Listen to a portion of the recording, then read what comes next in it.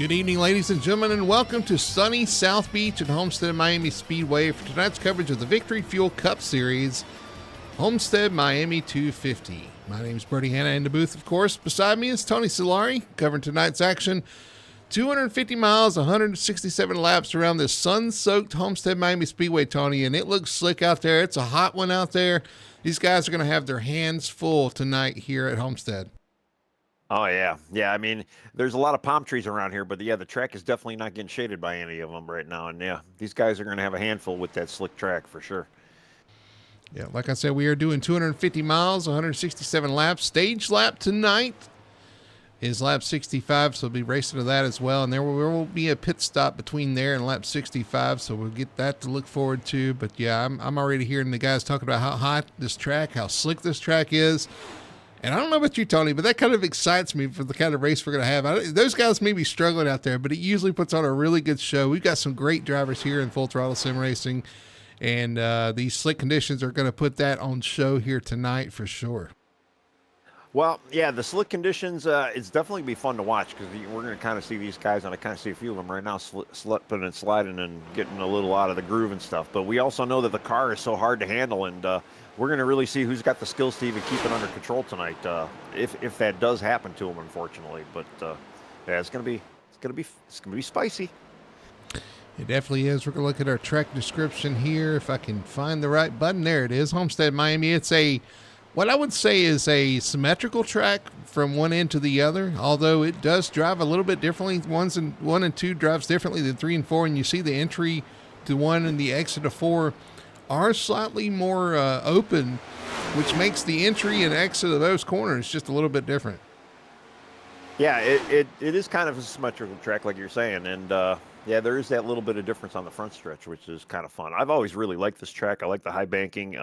Usually this is always the last year, the season championship race of the year. But I kind of like coming in here into the spring, and yeah, I think it's going to be fun. It's a daytime race too. On top of it, we get the nighttime race around here. Yeah, absolutely. Yeah, and it's going to make it a tick more challenging for these drivers. We'll look at the points here. After the win from last week, Richie Coy jumps up to P2 in points, and he's right on the heels of Robert Fitzpatrick Jr., who's had a heck of a season so far. Leading the points, you got Nick Alford, our winner from Phoenix, up there as well. Brendan Fetterplace, our winner from Daytona. So you've got a bunch of winners up there. And TJ Bartell in P5, who just come off a victory in the Truck Series. Yeah, TJ and the Jeff Chandler Racing team is starting to get their due diligent and due deserves right now, and we'll see what they can do tonight as well. And but yeah, that points battle, you got the top 3 right now are literally under a hand. I mean, there's there's not even a blanket. I mean, it's so tight. Yeah. And then you've got a few of these other guys. I mean, there still is some room. There still is some meat on the bone, but they're gonna have to show us what they have right now. It makes the stage points even more critical. Every little point matters in a close battle like that. You see the schedule coming up. We are at Homestead-Miami, but then, Tony, we've got an interesting stretch of tracks. You got Martinsville, you got Darlington, you got Bristol, and then we got an Auto Club. And all 4 of those tracks are going to have, I just feel like are great racing tracks, but for their own separate reasons. Oh, of course, yeah. I mean, one of those tracks I'm not a huge fan of, and I'm not really looking forward to going there by myself. But the short tracks, Martinsville and Bristol, they're going to be it's going to be firecracker races. And then obviously, yeah, we got Talladega coming up, Auto Club next, and then and then eventually we get into Talladega, and then it's going to be, yeah, there's a lot of good tracks coming up, and I think a lot of guys miss not even being able to go to Auto Club. Unfortunately, it's no longer. And at least we have it in sim, and yeah, I'm looking forward to that race. I think that's one of the drivers' favorites. I don't hear too many people complain about that place. That's what I was going to say. I think a lot of the drivers, and here as well, this is another track where you can drive all over the track. Same thing with Auto Club Speedway. You can spread out all the way across the track. You can run the bottom, run the top. You can kind of run where your car likes it the most and still make speed. And that makes it a lot of fun for the drivers. And a lot of fun for us as well to call those races, just because there's a lot of side-by-side racing, a lot of changing for position, and just a great opportunity to showcase kind of what these drivers can do. Yeah. iRacing does kind of get it right with having that multiple groove option where you can run the high-low. And I mean, even in this place today here in Homestead, you kind of have that same flavor, and it does. It makes it's the most realistic behavior of a track. You know, a driver should be able to choose where he wants to go and make the best time out of it. And they got it right on these few tracks. Just looking at the competition tonight, Ben Tracy's been really quick here tonight in practice. Again, quick in qualifying, which these guys are doing right now. You know, we've had 5 different races. We've had 5 different winners. And it's very competitive out there. A lot of these guys looking to add their name to the list, and some of these guys looking to add a second win to get that just that one step up on their competition. But we've had an incredible competitive season so far. Do you think we add a new winner tonight, or do you think somebody gets their second win? Oh, that is tough because you kind of even flip side it to the truck series where we've had one dominant driver for most of the part of the race, and I mean to come into Cup and to have the sporadic driver pool and the difference of all these different drivers, it's pretty awesome.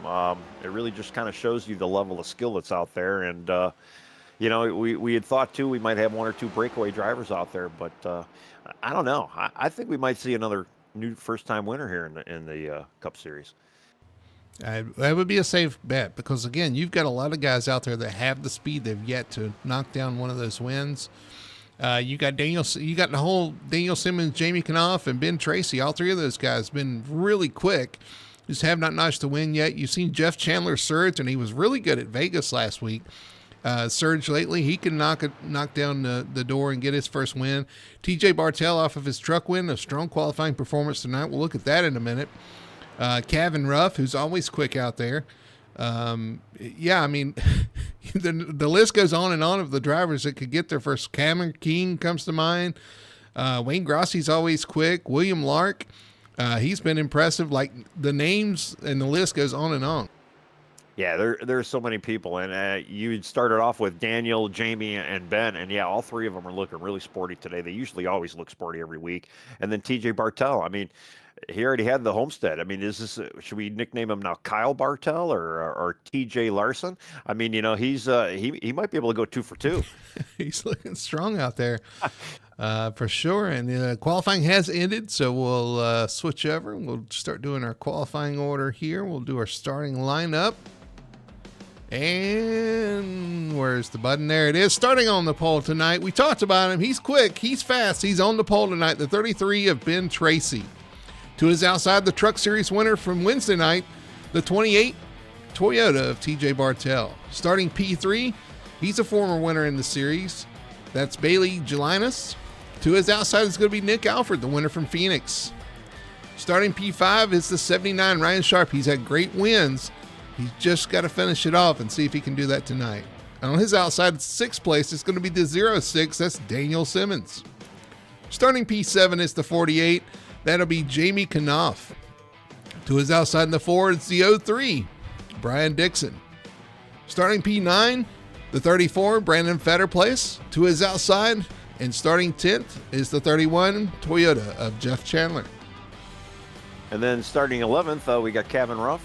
He's already got Michelle Rittenberry rooting him on in the chat. And thanks again for the chat people watching along. Then starting 12th, we got JC Evans in the 09. Starting 13th, we got Alexander Hodge in the car 53. Then car number 14, Lane Allen in the 14th spot. Then his pseudo teammate, Richie Coy, in the number 19, starting 15th. Cameron King in the 92, starting 16th. Sherwood Williford 17th in the car number 5. I believe we have a new driver, Ray Gill, in the 21 and 18th spot. William Lark, 19th spot in the car number 24. Wayne Grossi in the 20th spot in the car number 7. And then we've got Colby Meese, Brian Messer, Mike Redman, Ryan Lark, Robert Fitzpatrick Jr., Corey Adkins, Alan Duranko, Robert Malikian, James Chory 29th, Robert Fitzpatrick 30th, Colton Gum 31st, and Kyle Milliken rounding out our 32-car field tonight. So we got a good group of guys out there tonight. Nice big field as usual. We sure do. And you look at some of the guys starting in the rear, it's kind of a surprise. You got Bob Fitzpatrick Jr. back there in the 3. Our points leader starting at P25. He's going to come from deep in the field. Corey Atkins had speed. He'll start P26. He had speed in practice, was top of the board. And so you got some guys back here with some speed that are going to have to work through some traffic to get towards the front. Yeah, well, a lot of these guys you just talked about too, none of them actually qualified. So I'm just really curious why they didn't qualify. Maybe they got loose, maybe they wrecked, maybe the track was too hot. Because here in iRacing, if you do hit the wall or if you spin or whatnot, your Q lap does not count. So maybe he's either that or just strategy. You know, we have a stage at 65. Pace car is off. We're coming to the green flag here, heading to the restart zone. 33 is going to lead him down. Ben Tracy, 28 of TJ Bartell on the outside. Green flag is out.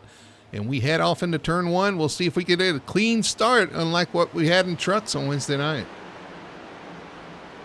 Yeah, truck had a little brutal beginning, but it did tame out towards the end of that race, and turned out to be a pretty good race. TJ all the way up the track on the high side, going to run that top lane. Ben on the bottom, but here comes Bailey Gelinas to take over the lead early on in the 78. We got a 3-wide action up front right now, too. You got the 48 of Jamie Knopf looking on the inside of Bartell. You got teammate Daniel Simmons right there behind him. Brandon Fetterplace in there, and Nick Alford to the outside. Yeah, then further back, I mean, almost 4-wide going. Lane Allen almost made it 4-wide with Richie. I almost want to keep calling him Richie Coe. But we got contact. Is that the 3? No, that's Alexander Hodge. Hard in the inside wall. Will stay green, but man, he got clipped there coming off the corner and goes straight to the inside wall there. He was one of those cars I was just talking about in that 3-4 wide action, and yeah, it looks like he kind of moved down. He thought he had some clear. He thought he was clear, and yeah, just got a little corner. Didn't look like it hurt him though too bad. He'll probably be able to recover from that. And I guess we should tell everybody too that some of the paint jobs might not be showing up properly on stream because of an issue with trading paints right now. Well, I got to give a shout out. Ooh, you see Ben Tracy coming across the front of the 06 of Daniel Simmons. Pseudo teammates there, but that was a close call. We got most of the paint schemes, I think, sorted out thanks to. Got to give a shout out Ryan Sharp, who's actually running P2 right now. What a run for him as well. But Ryan Sharp was able to send me most of the paint schemes. I think we got them mostly sorted out, so got to give a shout out to him. We are missing a few, like the 48 of Jamie Knopf. I don't think we quite have his, but most of them seem to be showing up properly now. So unfortunately, Trading Paints is having some severe issues. Yeah, and who knows? Maybe one or two might filter in as the broadcast progresses.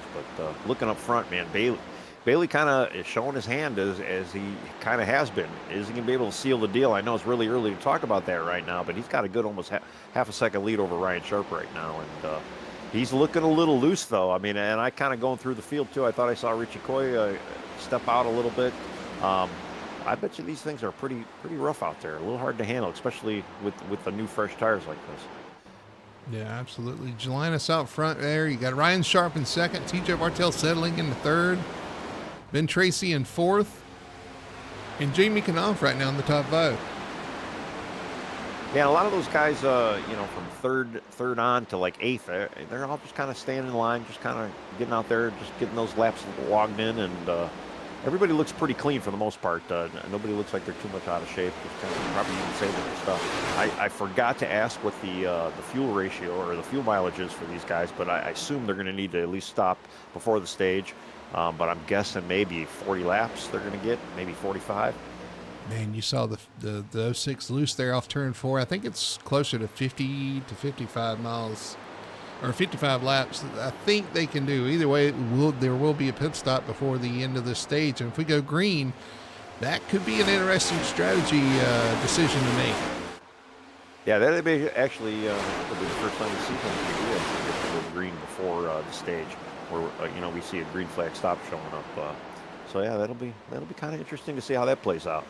But yeah, some guys every now and again though. Yeah, I did see the 06 Daniel Simmons. You could see that rear end just kind of step out just slightly. I mean, it looks like they're able to kind of catch it pretty quick, but there's got to be just a little point, and I don't know if it's when they hit that seam or when they go from the one certain transition from one lane to the next. It's like Chargers kind of get really out of shape. He's watching that Miami Vice paint scheme that the 31 of Jeff Chandler has, the pink and blue. That certainly is a Miami paint scheme for sure. Looking good out there, though. Compliments of one of the guys hanging out in chat here tonight. Yeah, Doyle always brings up a pretty good paint job, and this is the first one that's not all Silver Surfer. So you do know that there's other colors. Good job, Doyle.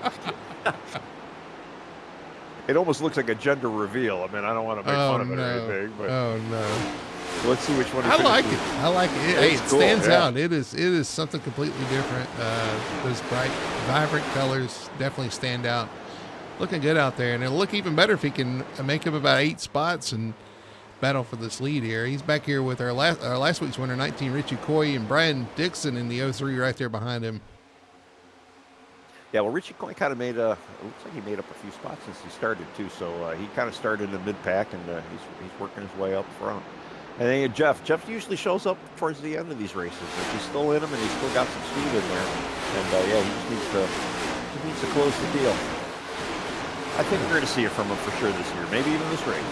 Battle back here behind Wayne Gracias, J.C. Evans, Sherwood Williford, William Lark, and there's Bob Fitzpatrick in the 3 trying to make up spots. We talked about him starting in the back. He's going to have to show some patience here to work his way through the front. And unfortunately, though, if you wait too long, it's going to be hard to make those passes, and it's hard to get some stage points. Yeah, and I'm kind of going through the field here, too, just trying to look to see who are some of the biggest movers for tonight. And definitely you put Robert Fitzpatrick Jr. on that list. Another guy, too, Kyle Milliken. He's up to 23 from his 32nd start. So you've got a couple guys starting to tear through this field here. Kind of want to go back and see if we can see what happened to Alexander Hall. Coming out of turn, this is a replay here, brought to you by Best One Tire and Auto Care. Coming out of the corner, I'm not sure if he got loose first. Oh, he right in the entry there, the cutout on the inside wall. Let's see if we can go on board with Hodge.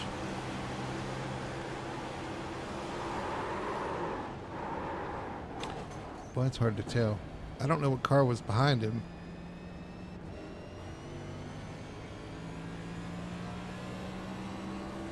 I'm looking at chat now too, and Doyle says he put Jeff in the Miami Vice color tonight vibe, and then I got to go with the Homestead colors.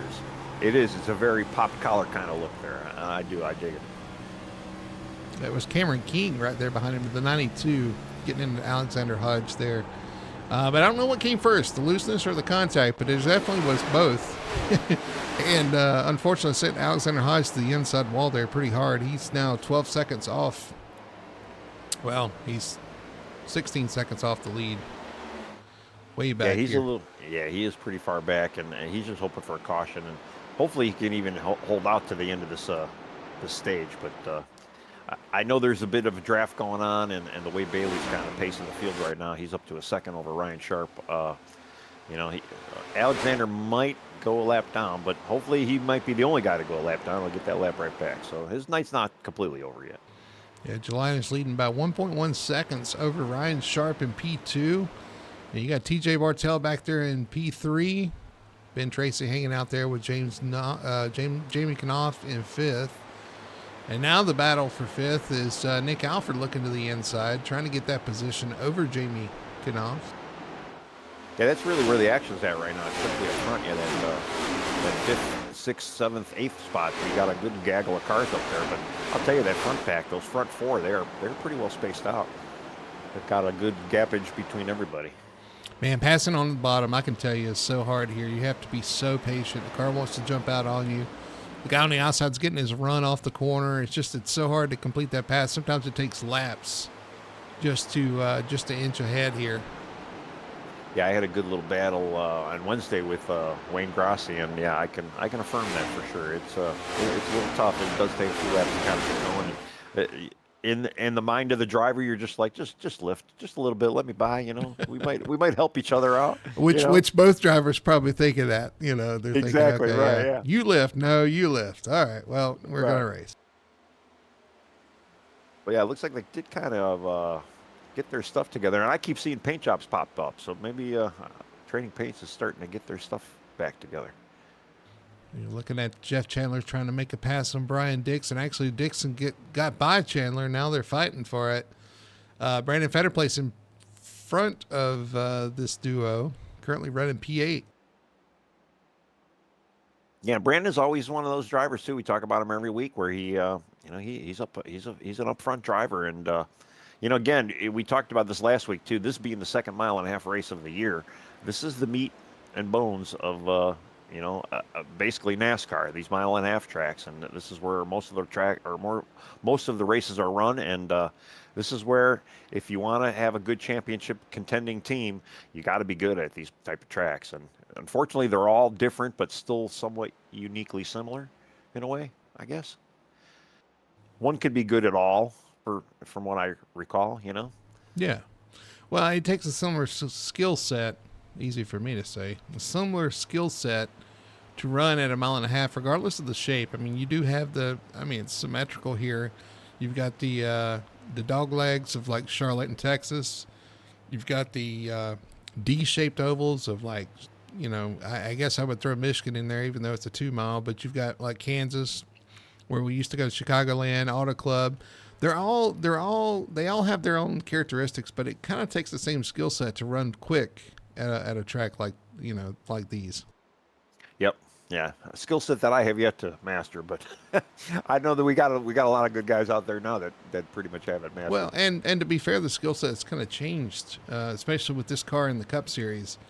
A lot of riding on that right front versus riding off the right rear. It's kind of throwing a wrench in some people's plans as far as these tracks. Oh, you see Brad Dixon get loose off the corner right in front of Richie Coy. He's going to go to the bottom, lose that position. But, it's definitely changed. This car has changed the game at these mile-and-a-half. Well, at all the tracks, really, but especially the mile-and-a-half tracks. It's a lot of drafting, too. Yeah, and I did kind of see that with Brian Dixon there and Richie Coy. And Richie was actually starting to kind of pull on that pack a little bit, too. So Richie might have been saving a little bit. I know this track does have quite a bit of tire wear. Like you say, that right front can get really messed up. So you definitely want to kind of manage your tires around here. And 20 laps in, everybody's looking really good, with the exception of a little looseness here and there. It's a tire savings game. But we got some comers and goers for sure, as Larry McReynolds, I'm sure, would tell you. But we see some of the guys going forward, some of the guys moving backwards, and some of the guys really struggling for grip off the corners, seeing them get sideways. Jeff Chandler trying to make this pass on Brandon Fetterplace, and they just cannot break away from each other. Now Jeff's going to clear him off the corner. You got some guys moving forward, and like Daniel Simmons got by the 48 of Jamie Knopf and pulled away from him immediately, and Jamie's falling into the back, falling into the clutches of Jeff Chandler now. So you see some of the guys struggling with handling. Some of them maybe took it easier other than others, or more easier than others. We got a battle for second place right now. I'm watching TJ Bartel trying to get under Ryan Sharp right now. Looks like he's probably going to clear him right now, right in this next corner here. So and he's got it. TJ Bartel to P2 around Ryan Sharp. Fortunately, Bailey still set sail. He's increased his lead to about 1.4 seconds, almost 1.5 seconds. So he's moving along. Unfortunately, Richie Coy got a little loose back there too, and he lost 2 spots to Kevin Ruff and Cameron King. Richie got, when he kind of made that evasive maneuver, he got stuck on that outside line, and we all know Richie likes the bottom line, and that outside line really hurt him. We'll see if he can get that momentum back as well. Seeing if TJ can hang on and maybe pull away. Looks like he's gapping Ryan Sharp just a little bit. TJ's really impressed me as of late. He's kind of coming to his own. He's one of those drivers where he's like, he doesn't really talk up his game. He just kind of lets, the on-track product speak for itself and kind of, let's be what it is for sure.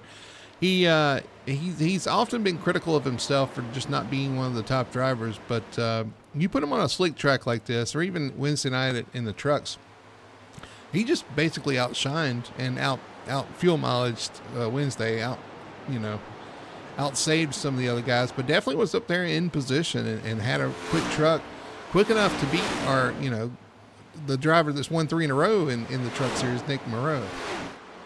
Oh, yeah. Yeah, and TJ's always never been a slouch. I mean, knowing TJ for many, many years, he's a great tire saver, car saver in general. I mean, he could save the gas, he could save the tires, and he usually, if he's there at the end, you always got to kind of look for him because that's where he always shows up. And I'm watching him now, and he's starting to pull on Bailey Jelinas. He's actually brought that lead down to 1.2 seconds. So TJ obviously saved some stuff, and he's motoring. Yeah, Nick Moreau just got around Ryan Sharp for P3 as well. But to highlight TJ Bartell and the team. Nick Moreau? TJ Bartell. You said Nick Moreau. Nick Alfrey meant. To highlight the team that TJ Bartell runs with, we'll look at Jeff Chandler Racing this week for our team spotlight. It's just TJ and Jeff, and both those guys are starting to impress on the track. Like you said, we're starting to get to some of the tracks that are the meat and bones, meat and potatoes of the series, and these guys are starting to show up. Oh yeah, they they have the talent. A lot of them. I mean, Jeff was on a tear within this league a long time ago, and they definitely have the speed. So it's definitely going to be good. It was great to see the two of them kind of hook up together, and they make a good team together right now. So they're moving along. And of course, they got Doyle in the booth, or in chat, kind of cheering them on as always. So that always helps too. Those stats brought to you by Sim Racing Points, sponsor of the Sim Racing Points Truck Series on Wednesday nights that you can check out right here on Full Throttle TV, Wednesdays at 9 p.m. Bailey Jelinas continues to lead over TJ Bartell, who has a 1.1 second gap. And you're right, it's starting to come down just a little bit. TJ Bartell starting to shorten that gap a little bit with Nick Alford P3, Ryan Sharp P4, and Daniel Simmons rounding out your top 5. And all those top 6 right now, even top 7 up to Jeff Chandler.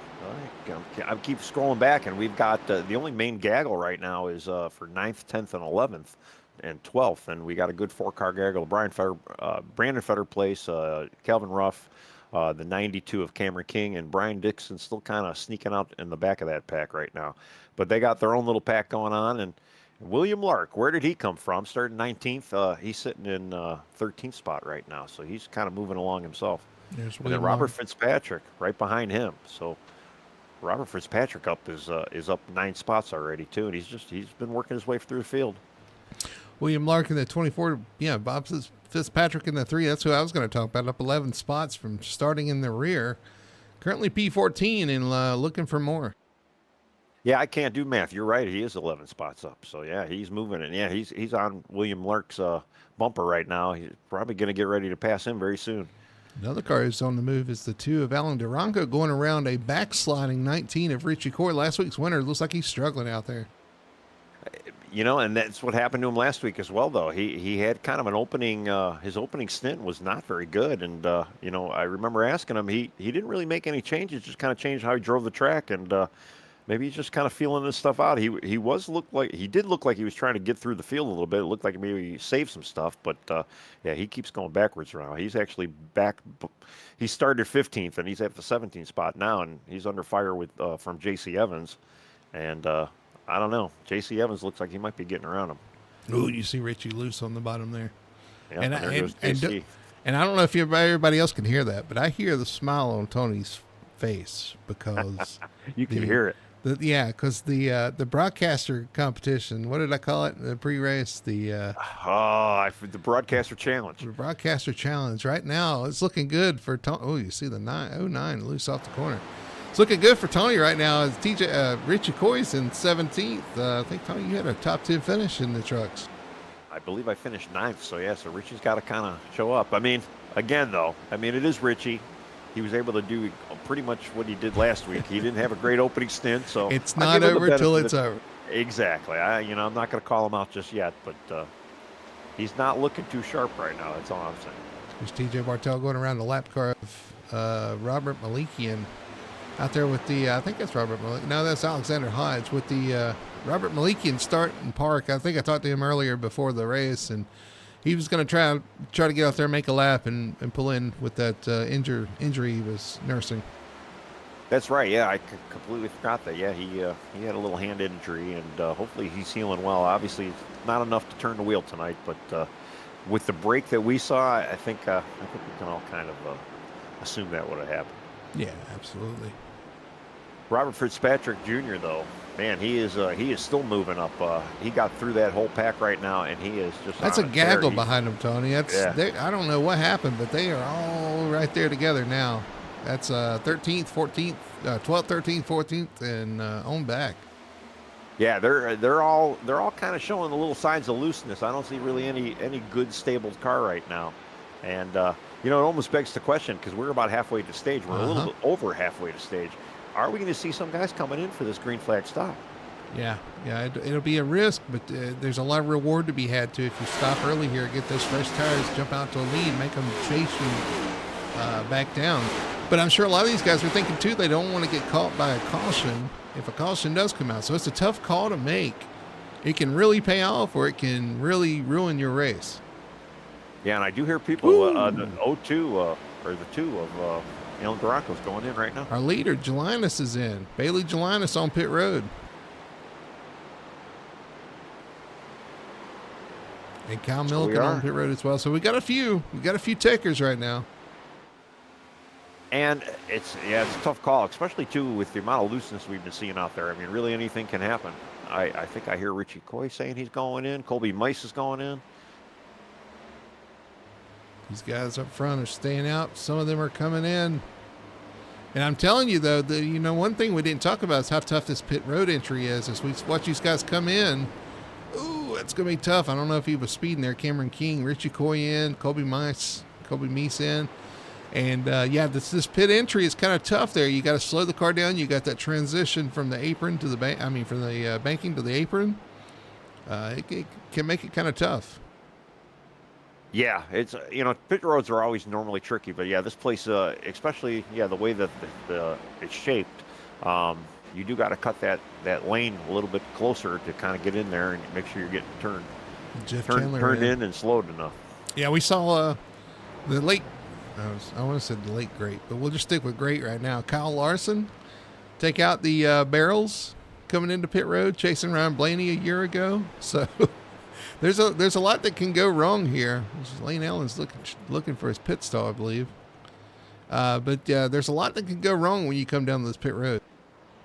Oh, for sure. Yeah, and it's always something I always struggle with, especially at some of these mile-and-a-halfers. Just getting in, not speeding, not just trying to get the brakes down. And you got to cut a little harder. Sometimes I can't remember which track is it. Maybe Kansas or whatever, where it's so tight going in and. You don't want to miss that wall, or you don't see the wall right away as you're coming in. You want to get in that lane, and it's just another challenge for these guys. Yeah, you want to carry speed in the pit road, but it's easy to overshoot. When you get on the brakes, that don't want to turn, and then when it wants to turn, you can't slow down. So yep. You got to choose one, I guess. Just kind of going back through the field here, TJ Bartel. I mean, still out front, but he is starting to get a little pressure from Nick Alford in second place right now. Neither one has obviously pitted, so we're just waiting for these pit stops. Colton Gunn coming into pit road. Lap 40 of 167. Again, the stage break lap 65. I would guess that these guys can go 10 or 15 more laps until they have to pit. The question is, will there be a caution? And honestly, the question is, how much are these guys giving up staying out here while these other guys have come to pit road? That's always the biggest question. Yeah, how much do you give up by staying out an extra lap? Because some of these guys on the new tires, they're going to be out there. They're going to be able to go, a couple tenths faster a lap, especially too with the early fall off on this track. It makes you wonder. But then if the caution flies, they're in the hot, catbird seat. So it's because a lot of these guys that did pit, they are a lap down already. So they're hoping it stays green. But some of these other guys, they're just they don't want to wait too long. There goes Gelinas around the 28 of TJ Bartel to get back on the lead lap. Yeah, and you can see a lot of speed differences right now. I'm looking at Jeff Chandler getting underneath the one of, that is, who's the one again? What's Corey Atkins? Corey kind of gets up the track. Jeff Chandler is slicing and dicing with them freshies. Yeah, you definitely don't want to get caught a lap down here. So the sooner you can get by the leaders and back on the lead lap, the better you feel. And honestly, if the caution comes out at that point, you kind of cycle back to the front, although you've got used tires. So it's always kind of that's kind of the balance. Like you want those fresh tires, but now if a caution comes out and you are back on the lead lap, that's fine. But now you're starting right in front of the guys who have fresher tires than you, and you're still at a disadvantage. There's a lot to consider when you consider pitting. But being before the stage, I mean, if you're going to take the risk, this is probably the best place to do it. Some of these guys that maybe had that, in the top three that were only two points apart from each other, I would definitely probably have gone in early. Because you got a little gain. Even if you miss some stage points, it's not going to be the end of the world because you still got some points up there. It's interesting you say that because Bob Fitzpatrick is still out there. He's your points leader, and then you've got Brandon Fetterplace who's out there in the points battle. But Richie Coy's decided to pit. He's one of those guys that pitted early, looking to make up time. Yeah, and he is kind of moving through the field. I mean, Bailey Jelinas actually, it looks like he did get himself back on the lead lap already. Right. And then Jeff Chandler, would be kind of, if everything cycles through, Jeff is showing second right now. Then you got Alan Duranco third, and then Richie Coy would, maybe stack up fourth. So, yeah, I mean, probably not a bad move if it stays green. That's always the if, and but. It's got to stay green for this stuff to work. Well, again, about 20 laps to the stage lap at 65. We're at 45. And we'll just see how this plays out. This could get interesting for sure. And honestly, too, though, this is when I start, if I'm staying out there, I start panicking because I just saw the guy I'm racing for the lead go by me and ride off into the distance. You're like, I'm losing so much time staying out here. But you will have fresher tires when you come out of the pits. But you're running out of time to make time with them the closer you get to the end of the stage. Right. And I almost think of it, too, though, when the stage does fall, everybody's going to come in and get fresh tires. So you're only, even if you go in with 10 to go with the stage, I mean, right now we got about 20 to go for the stage. You're only going to get a short run of the tires. So, I mean, are you really getting the most out of your tires? Right. That's my concern with staying out longer here is you're going to run out of, you're going to have, we saw contact back there. Who is that? Alan Duranco. Contact off turn 4, but he keeps it rolling. That was one of the guys on fresher tires, I think. Alan Duranco getting loose or getting contact off the corner, and he does keep it straight there. He got a nod to from one of the guys out there. Yeah, it looks like he got a little loose. Unfortunately, Richie was kind of right underneath him, kind of gave him a little extra tap there, but Richie didn't really have any place to go. Yeah, great save though on Alan's part. Wow. Yeah.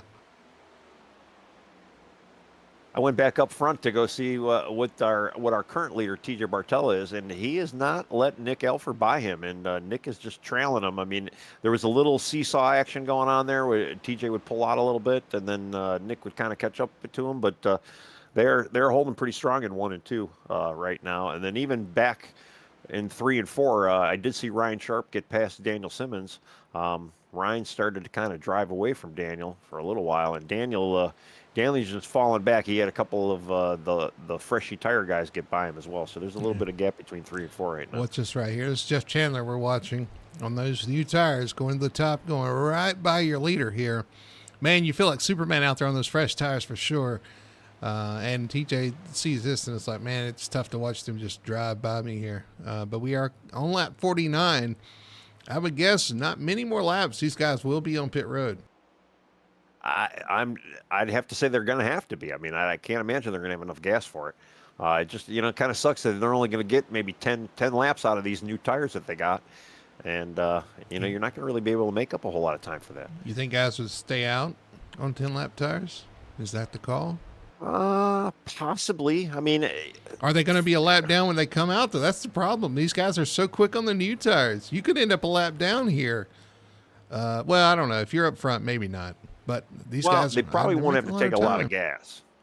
They could probably take a quick splash just to get them through the next 10 laps or whatever they need. So, I mean, they wouldn't be on pit road too long, but I think they've already lost a lot of time to where I think some of these guys up front would actually go a lap down, even if they chose not to take tires. And I don't want to jinx it, so I'm just scared to even say anything here, but I got to say these guys are doing a heck of a job with the car they're given, the track they're given, the tires they're given out here. No cautions so far.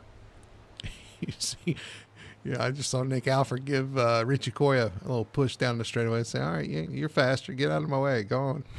But I got to, again, got to say these guys are doing a heck of a job. No caution so far. Green flag racing so far, lap 52. And again, like I said, I think these guys are 2 to 3 laps away from pitting here up front.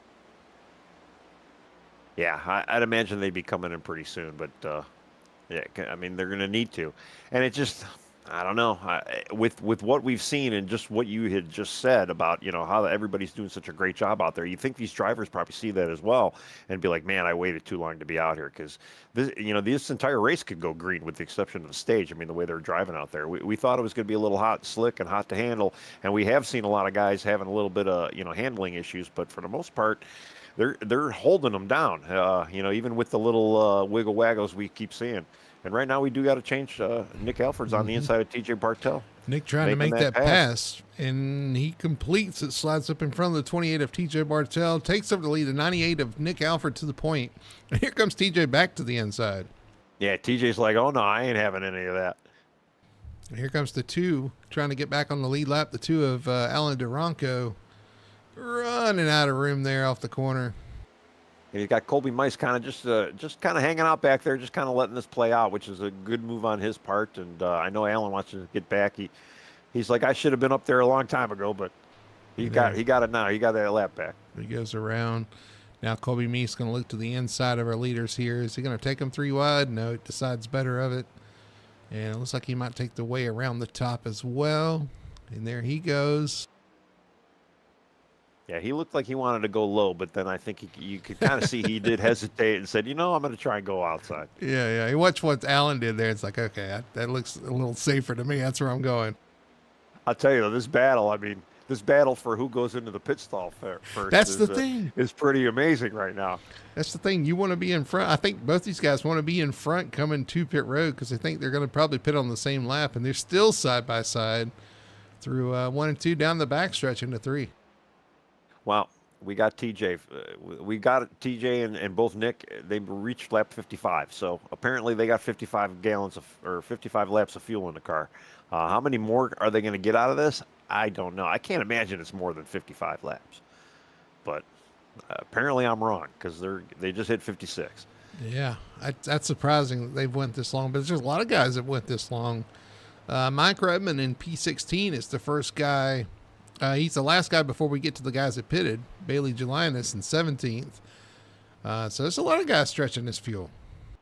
Yeah, I just went back to go look at Bailey because I wanted to see how far ahead, or at least where he did stack up back in the field. And he's 18 seconds off the leader right now, which is about a half a lap.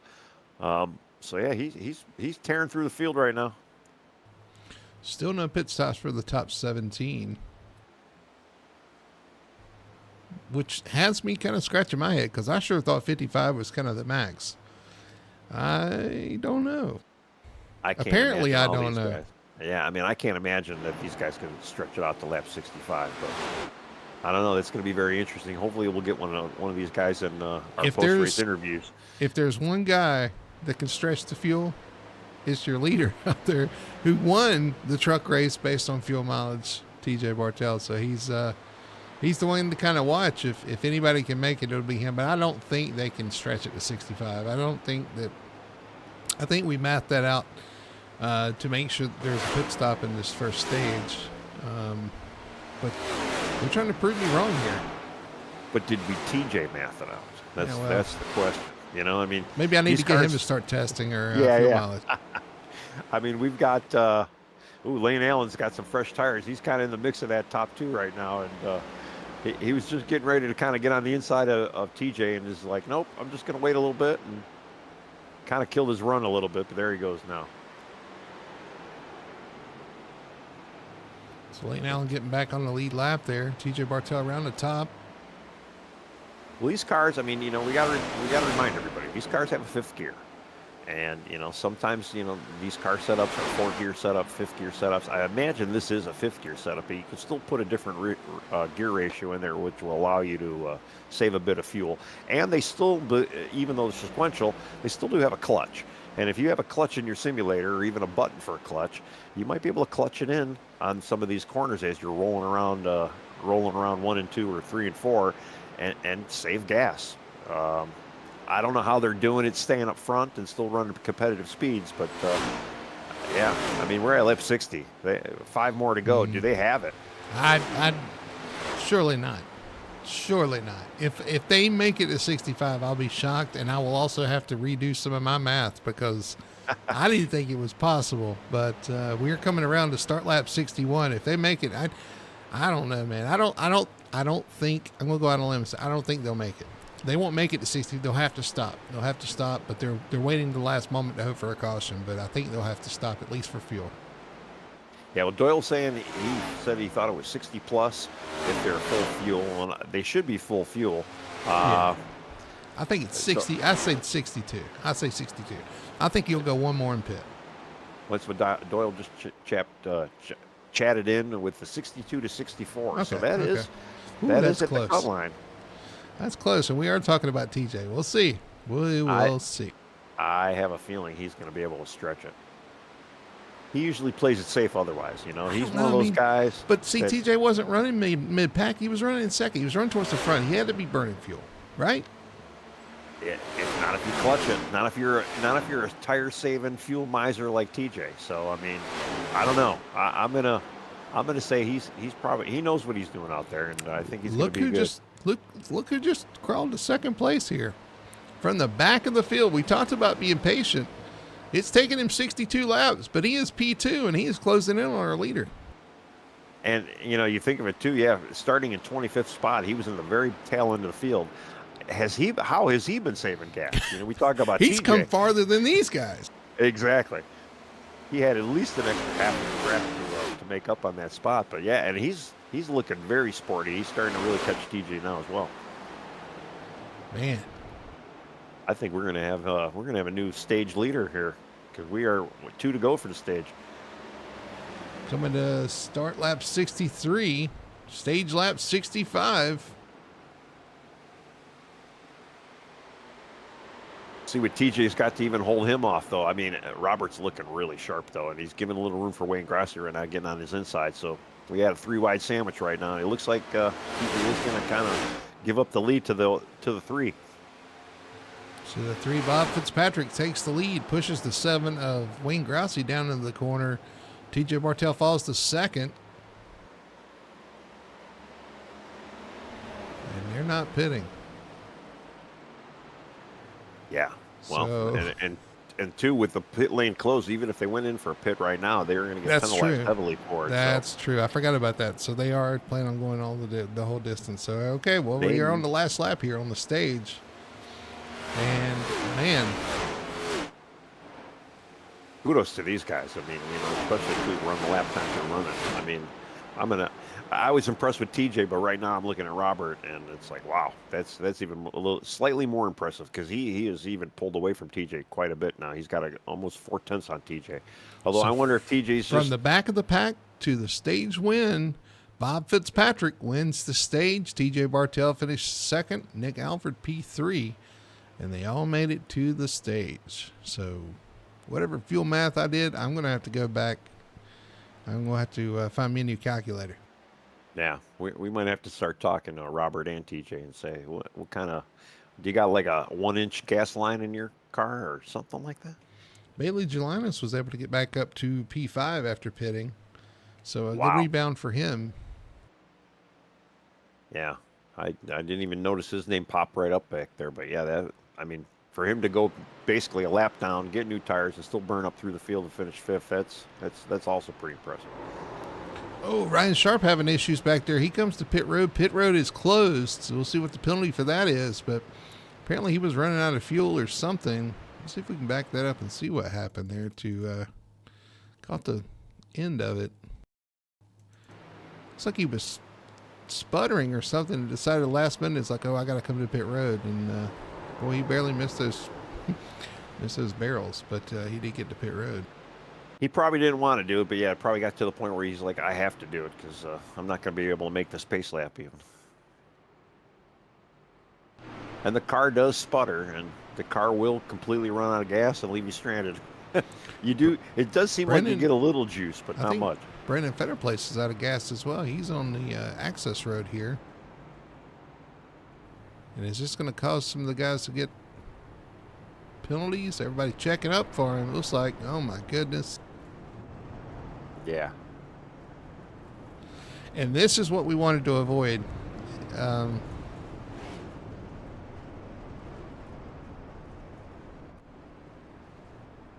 Yeah, I hear a little bit of check going on right now. A couple guys are getting really low, or they might be holding up some other people here. 24's out of fuel. Got a guy back there behind him out of fuel. Wayne Grassi waiting on everybody. This is not a good situation. This is, again, something we wanted to avoid and was afraid that this might happen. Yeah, because the way iRacing works, too, for some of you,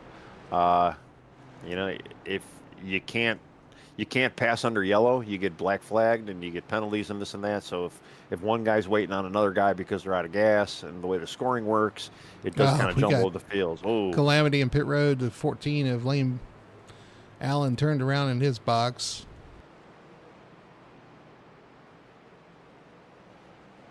Yeah, we got guys on the inside lane. Cars are slow. Some guys out of gas, and yeah, definitely not a fun time here on pit road. Well, we'll sort that out and get things back going here. We're going to go back racing here. Racing to lap 167. Now the stage is complete. Again, just the tip of the hat to Bob Fitzpatrick. I don't know what he did, but he had speed at the end of the race, at the end of the run there. And saved enough fuel to make it. Yeah, that's honestly, it's super impressive what he was able to do. And, maybe if he's in, I'd like to see what happened to him in under Q, why he didn't even Q or didn't get a lap in. But, yeah, to finish out the stage like that with a full tank of gas, that's pretty awesome.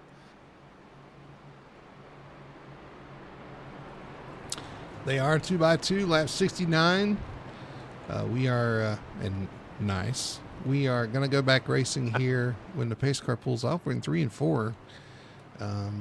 No stages from here on out. It's a straight up race to lap 167. The 3 of Bob Fitzpatrick's going to bring them down. Bailey Jelinas on the outside.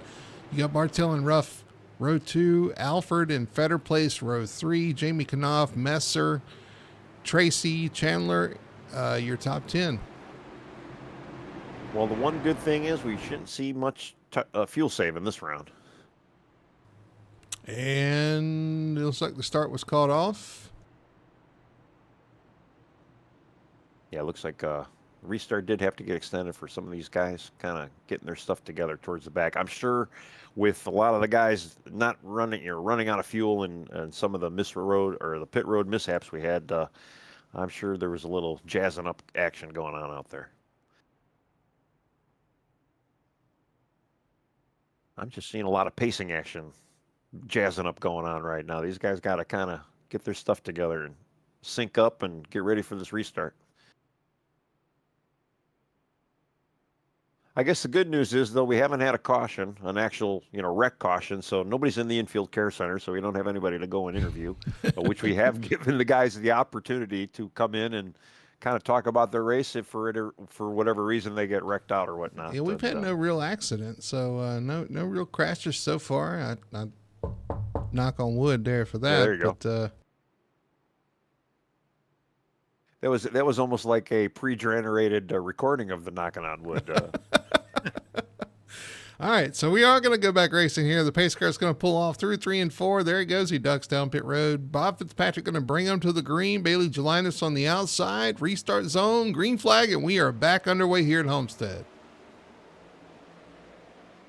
Bailey Jelinas kind of setting up that second spot. He didn't really get the run that he's usually known for when he's leading the pack, but I'm sure he's going to get around Robert real quick here. Got a little bit of a checkup through 1 and 2 between the 33, the 48, the 19. Everybody sorts it out as we go down the backstretch into turn 3. Yeah, Bailey looked like he was getting ready to take that first spot away, and he kind of laid back a little bit, and Now he's making another run. He's got great exit speed though, coming out of 4 there, and he's making it side by side now for the lead. Goes Jelinas to the lead. I know Nick Alford back there looking for P3 as well. Here comes TJ Bartell. And everybody knows that you got to kind of have some tire to fight with here as we go down the stretch here at Homestead. Yeah, but I know a lot of people are thinking too that they know this Bailey guy, and they know he's got the speed, and they saw him even take a set of tires, kind of work his way back up to 5th, restarted 2nd. They even had a great pit stop, jumped a few spots during that run.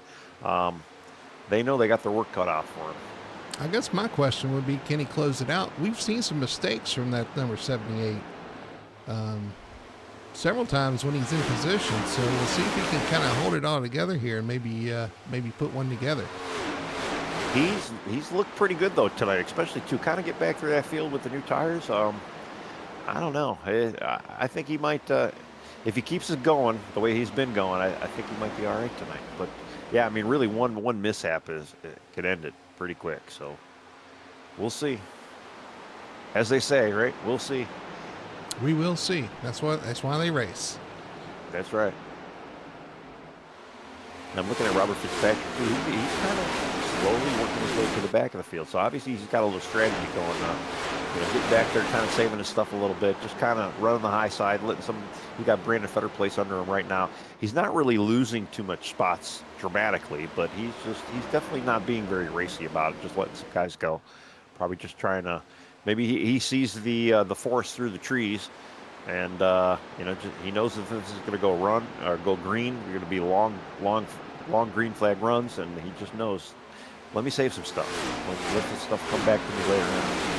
Ooh, getting dicey back there off turn 2. I think it's Cameron King back there, Richie Coy. Close back here. The 48 of Jamie Knopf in that. The 99 of Kevin Ruff right there. All on top of each other. It's funny too. We were talking about in the pre-race, man, Robert Fitzpatrick, he's got, he's the leader, and he's the points leader. And man, it sucks starting back there. And I don't know how he's going to get stage points. He ends up winning the stage and beating all his other competitors anyway. Yeah, I definitely would not have had that on my victory card for sure. But that or making it on fuel. I guess either one. Well, I didn't think anybody was really making it on fuel, but yeah, I guess we were completely wrong. Some people didn't. But there was a lot of people out there really trying to make that happen, and I guess hats off to the guys that actually did. Woo, we saw a wiggle there. 3 wide in front of Wayne Grassi. That's Daniel Simmons, Ryan Lark holding on to the car.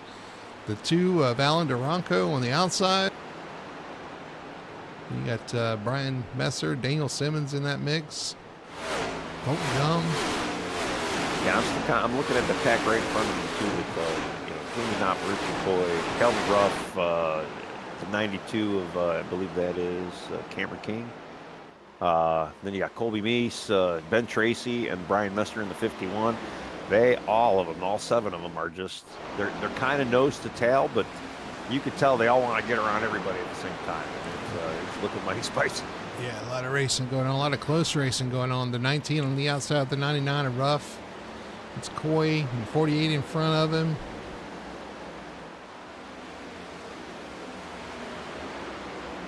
Yeah, just some really good racing. I don't know if it's a little too early though to be doing that, especially too with the long green flag runs. I think we're going to kind of see here.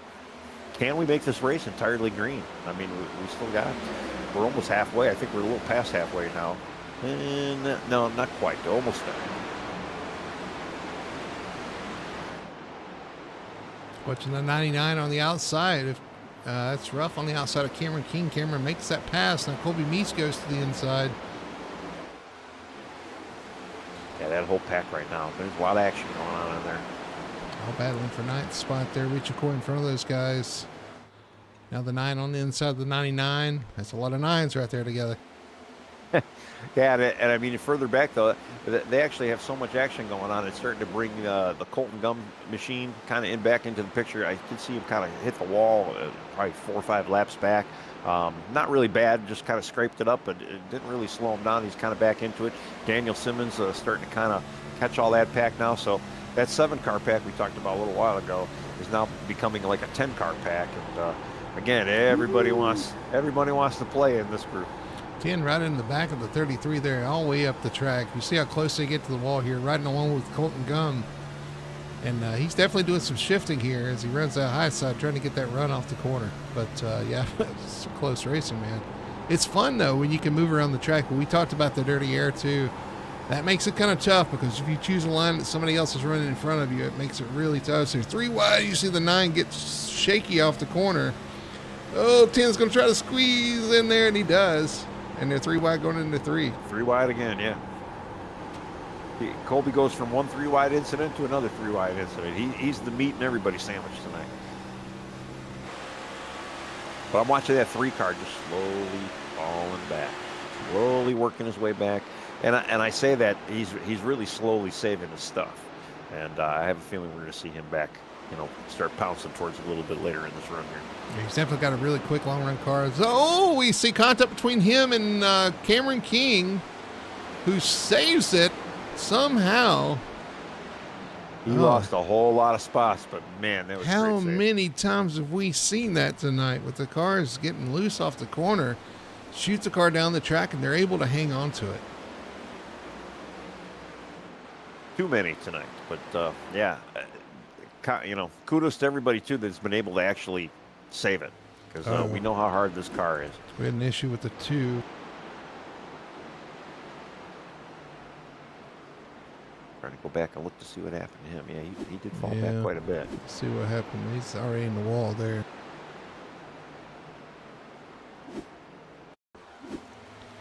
Up against the wall on the outside lane. Comes off the corner. Contact with, who's that? That's Ryan Sharp, 79, right?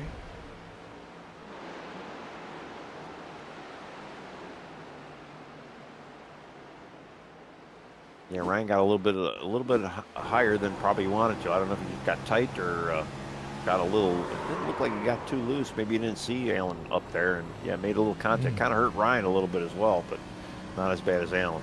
Yeah, it definitely is going to cause some damage to him, but yeah, Allen done for the day, to the garage. That's tough, man.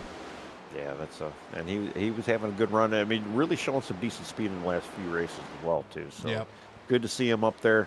Sad to see that happen though tonight. But going back up front, Bailey Jelinas, 1.4 second lead over TJ Bartel. TJ's got about a half a second over third place Nick Alford, and then Jeff Chandler, 4th place right now. He's got about a second off of Nick Alford right now, and yeah, but that top 3, they are hooked up and rolling. Yeah, Chandler under fire from the 34 Brandon Fetter place. After that win at Daytona, Brandon had kind of a rough run, had some issues in Atlanta. It's been decent after, since then, but it just lost that chunk of points.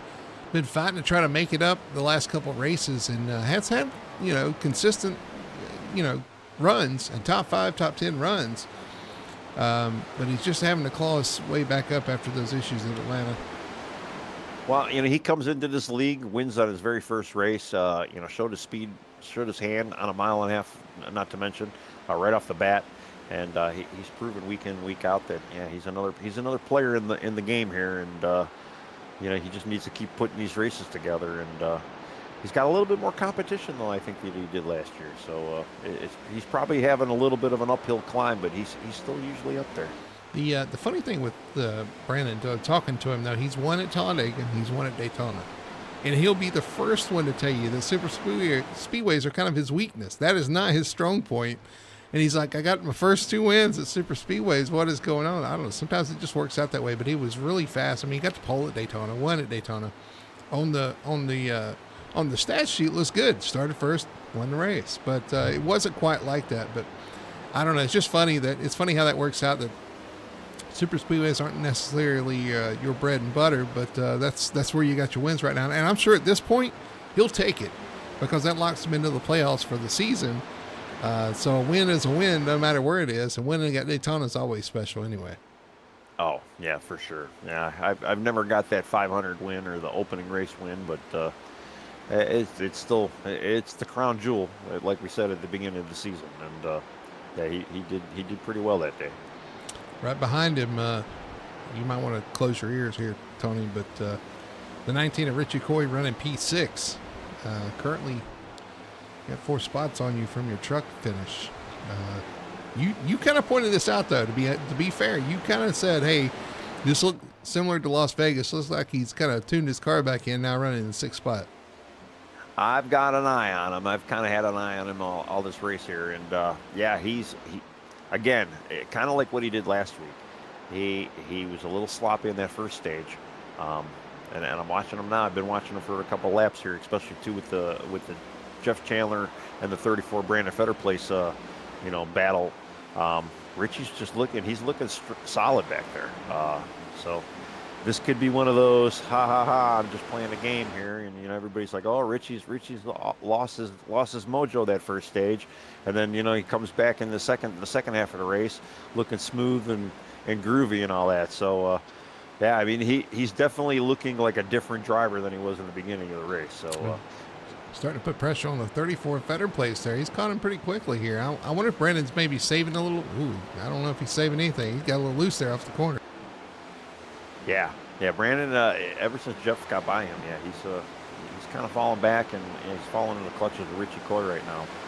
But yeah, back to Richie, just, man, he's looking pretty good. Maybe he's playing a little shuck and jive.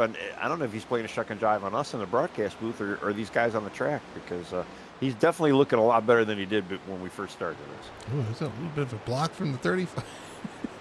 We talked last week about these two guys racing each other, and they kind of smile, and have a laugh about it, because they call each other their rivals, and I see why, because it seems like they always find each other on the track, and they have a lot of fun racing each other. So it's always cool to see the kind of the camaraderie between drivers kind of work out, and you kind of get your reputation. All these guys have raced each other hard, but fair, and it's always kind of fun to see these guys work that out on track and kind of see the personalities come out in the way you drive the car.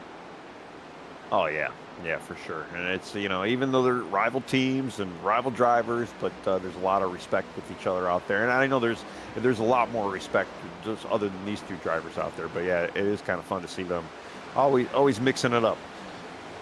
There's been Tracy, started outside pole, currently 7th. He had kind of he kind of slid backwards in the first stage there, but now currently running in the top 10 and 7th, just kind of solidly running there, actually catching the 19 of Coy, pulling a distance on his teammate or pseudo teammate Jamie Knopf behind him. And you got Daniel Simmons kind of right back there, and I'm kind of seeing that 03. It doesn't look like he's saving much now. It looks like he's kind of got the go pedal down a little bit. He's starting to kind of work his way back into the field right now. We got a car off pace down here on the bottom. Trying to see who that is. It's something we did see in the earlier stage. We saw Bailey Gelinas kind of jump out to the front, get a nice big 1.5 second gap, and then TJ Bartel slowly reel in Bailey. And if you believe it or not, that's exactly what's happening again right now. Happening again. Yes, it is, because TJ Bartel is starting to close that gap down to a second. It was what you said, 1.4 seconds? Yeah. So he's already cut almost half a second out of it. Well, even too, then you got Nick Alford too, and I mean, I believe Nick was that 3 part of that equation, or part 3 of that equation from the beginning as well. So kind of the same 3 players up there. And they have kind of separated themselves from everybody else. He's got 2 seconds back to 4th place, Jeff Chandler. So these guys kind of pulling out and making a statement there with these 3 looking to be the contenders. Although, we still have pit stops to come. We've got a lot of race to go. Anything can happen, as we've seen before. Well, and if you kind of split up the stage, we went back to, I think we went back green at lap 69, maybe 70. I think actually it was 70 because it was extended. So that basically breaks it down to a little less than 100. What is that, 97? You split that in half. It's about 45, 46. I know, bear with me on the math here. And I'm just trying to think, these guys should be coming in, if you wanted to split that deal, probably another 10 to 15 laps. So I'm almost going to say we might see some of these guys coming in. Well, we saw some of the guys go 65 laps. So, once we get past lap 102 or so, it's really free game at that point. You can make it from there. So the one pit stop will carry you to the end. Of course, you don't want to be the first and you don't want to be the last. because you'll lose a lot of time either way. And if you pit first, you may actually, as we see, a pass for second place. TJ Bartell going to get passed by the 98 Nick Alford to the inside. Nick's going to try to take that position on the bottom. Yeah, well, TJ really doesn't have a preference of lanes, too. He'll work whatever lane's going to work with him. And I know he's not usually a top side or a bottom side driver, but I know the top side does not bother him much. And he's been able, he just held off Nick there on that top side. So, and you know what's funny? Those guys are running side by side, and they're still cutting big time into our leader. And that is 0.7 of a second. There's Bailey right there in the shot. Those guys have really cut down time on Bailey. And they are, yeah, they really catch him. I mean, Bailey's now catching a little bit of lap traffic, too, on top of it. So that's got to be hurting him a little bit. And, yeah, those cars are definitely getting bigger in Bailey's mirror. Who's that in front of him? When Nick kind of gave TJ a little shot of love there, and it really pushed TJ out there. They're getting by the 53 of Alexander Hodge right now, and yeah, I mean that definitely kind of helped TJ a little bit. They cut that lead down to 0.4 now, and they are still gaining on Bailey. But you know, we talked about too. Do you really think somebody's going to try to stretch that fuel out to even 60 laps? I don't see that happen. I mean, that means some. I don't think they will, but I'm just saying you could. At that point, you can make your pit stop and be done. So that's kind of the earliest I think you would come in. True. I mean, I could see why you'd want to extend it for the stage. But now that we've, done with the stage, there is no caution. I mean, the race has been very good. Everybody looks pretty clean. I mean, a couple little foibles here and there, but everybody's been very good. So, I mean, I would say split this thing, smack it down in the middle, and get them tires. There's TJ Bartell starting to cut in on Bailey Gelinas. Nick Alford behind him. And we'll look from Bailey Gelinas back to these guys off the gearbox of the 78. And boy, that 28's getting bigger and bigger. And as a matter of fact, here he comes. Yeah, and I can't remember when we did talk to Bailey that one day if he did say that the mile and a half aren't really his strong suit. I think that's what he said. He said it wasn't really his strong suit, yeah. I mean, he's definitely got the speed. I mean, I don't know what he considers strong suit or not. I mean, they kind of even get that 1.5 second gap out of the beginning run here. I mean, granted, his long run speed is probably not what he wants it to be, but he's still looking pretty strong. I mean, he's still got that lead. I mean, you can't take that away from him right now. Well, although he's not this. Yeah. Well, he's not getting too much help, though. I mean, or at least he's not getting the help that Nick Alford is giving TJ right now with a cut. He just gave him another little bump there.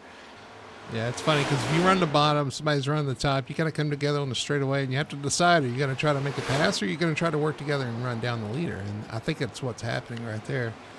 But yeah, you're right with Bailey. I mean, that's the thing. May not be his strongest, this may not be in his wheelhouse, but you definitely consider the fact you're in the lead, you're up front, you're in clean air. That's kind of what you want. You see, we got a few guys on pit road. We've got Brian Messer on pit road. The 9 of Colby Meese comes to pit road. So pit stops have started. Some of these guys, like I said, are electing to come in early here. As you see, the battle for the lead is on. Yeah, Bailey got a little bit loose. I got this camera fixed to them right now. And TJ, we saw him make a great pass on the outside earlier, and now he's on that low lane. Again, he doesn't have a preference where he's going to go over the cars fast. And Bailey got a little slippy going up the hill. Is Nick going to help Bailey now? Because I'm sure Nick wouldn't mind leading this race. It's funny seeing these guys do this. You see Nick's actually going to go for the lead on the outside of Bailey. He's got a run coming down the backstretch. He's going to look to the outside of the 78. So the 98, Nick Alford's going to look to the outside. As the 78 does a little slide job into turn 3. I was going to say, we might go 3 wide, and here we are. We are 3 wide. Oh, it's a little tough there. 3 wide for the lead. The 28 on the bottom, Bartell on the bottom, Alford in the middle, Gelinas on the top. 3 wide for a second. Wow, that's crazy. Bailey getting a little bit of scrape up there. He's really riding the top of that wall. Here comes Nick Alford up the track. Pulls up in front of the 78. 78 jumps back to the bottom. He's going to try that slide job once again into turn 3. There he goes. Up the track. 98 saw it coming. He's going to slow his car down and try to get a run off the bottom. He did not want to let that go. And as I'm watching this, I mean, he's He's 3.5 seconds back. But do you see who's in fourth place? Mr. Long Run himself, Bob Fitzpatrick Jr. running in P4. And if they keep battling up here, that 3 seconds will be cut down a little bit. 98's going to get a run off the corner, pulls up in front of the 78. 78's going to do it once again down the inside into turn 3. See how far he drives it in there. The 98's going to try to hang. And TJ's like, I'm going on the outside. It worked for me earlier. I'll go where they're not. You guys all know you still got a pit, right? I don't think they want to right now. 98 right on the door of the 78 going into the corner. Ooh, 98 enters in the middle. TJ to the bottom, Jelinas to the top. Man, Bailey's just getting that little bit of rub, too, off that outside. And ooh, 98 loose. He's making it work for himself, too, because he's getting a great run off that exit. And I don't know if the wall is helping him or he might be using it slightly to an advantage. But now we're back, back for a battle for a second. TJ's getting around Nick Alford. I think Alfred's going to have to cool his tires a little bit if he wants to go after Jelinas again. But here comes TJ Bartell. Look to the inside of Jelinas for the lead. I think TJ might actually clear him right now. He might be able to get that slide job. Not going to clear him off the corner, but can he pull even with him down the straight? Well, you notice, too, TJ, the last couple of laps, you just kind of was hanging back there, letting them kind of go at it. And you guys burn your tires up. I'll sit back here and wait. Exactly. Oh, Jelinas in the wall again. That's going to hand the lead to the 28, TJ Bartell, just like in trucks. Late in the race, here he comes. Out front, TJ Bartell to the front. Kyle Bartell to the lead. I don't know if he's running the bottom. That's true. Well, again, he call him TJ Harvick. He doesn't really have a preference. And I mean, and I just know that from racing with him for many years. He'll work anywhere, just as long as the car is fast and he can get it to hook up. That's where he's going to be. Richie Coy, though, starting to drop back now. We saw this in the first run. Currently P10. He's getting run around on the high side there. That's Kevin Ruff getting by him. So Richie Coy back to 10th. Did somebody say P10? That sounds like a nice number. P10. Well, it's just one off of, I think, where you finished in trucks. I think so, yeah. It might be looking good for me tonight so far, but we'll see. We still got some pit stops. I think I've seen a few guys actually kind of come in. I think Colby Meese came in. Brian Dixon, I believe, came in. I thought I heard Elaine Allen going in. Ryan Lark. Could be wrong. Ray Gill's in, one of the new drivers in the 21. He's in the pits. Corey Adkins, I believe, is in, or was in about a lap ago. Back in front, still TJ Bartell, Nick Alford, P2. Bailey Jelinas continue to drop back in P3. And from Bailey Jelinas to Bob Fitzpatrick, here he comes, 1.3 seconds. Yeah, Bob is, he's basically gained almost a second and a half since the last time we really talked about him, and that was maybe like 4 or 5 laps ago. And I got to go back. I got to really kind of analyze his lap times right now. Currently he's running like 34 4s, and you put him up against, I'm trying to go back through the field here. Bailey Jelinas is running 34 6s. Nick Alford's 34 3s. So, I mean, TJ and Nick right now are kind of running on par with Robert for the most part. But Bailey he's about 3/10 off of those guys. So Bailey's fading, and the cream of the crop is rising, I guess they say, right? I think the cream is rising to the top. Something like that, yeah. I always get these wrong. The cream of the crop is rising. I only know good wood analogies, you know.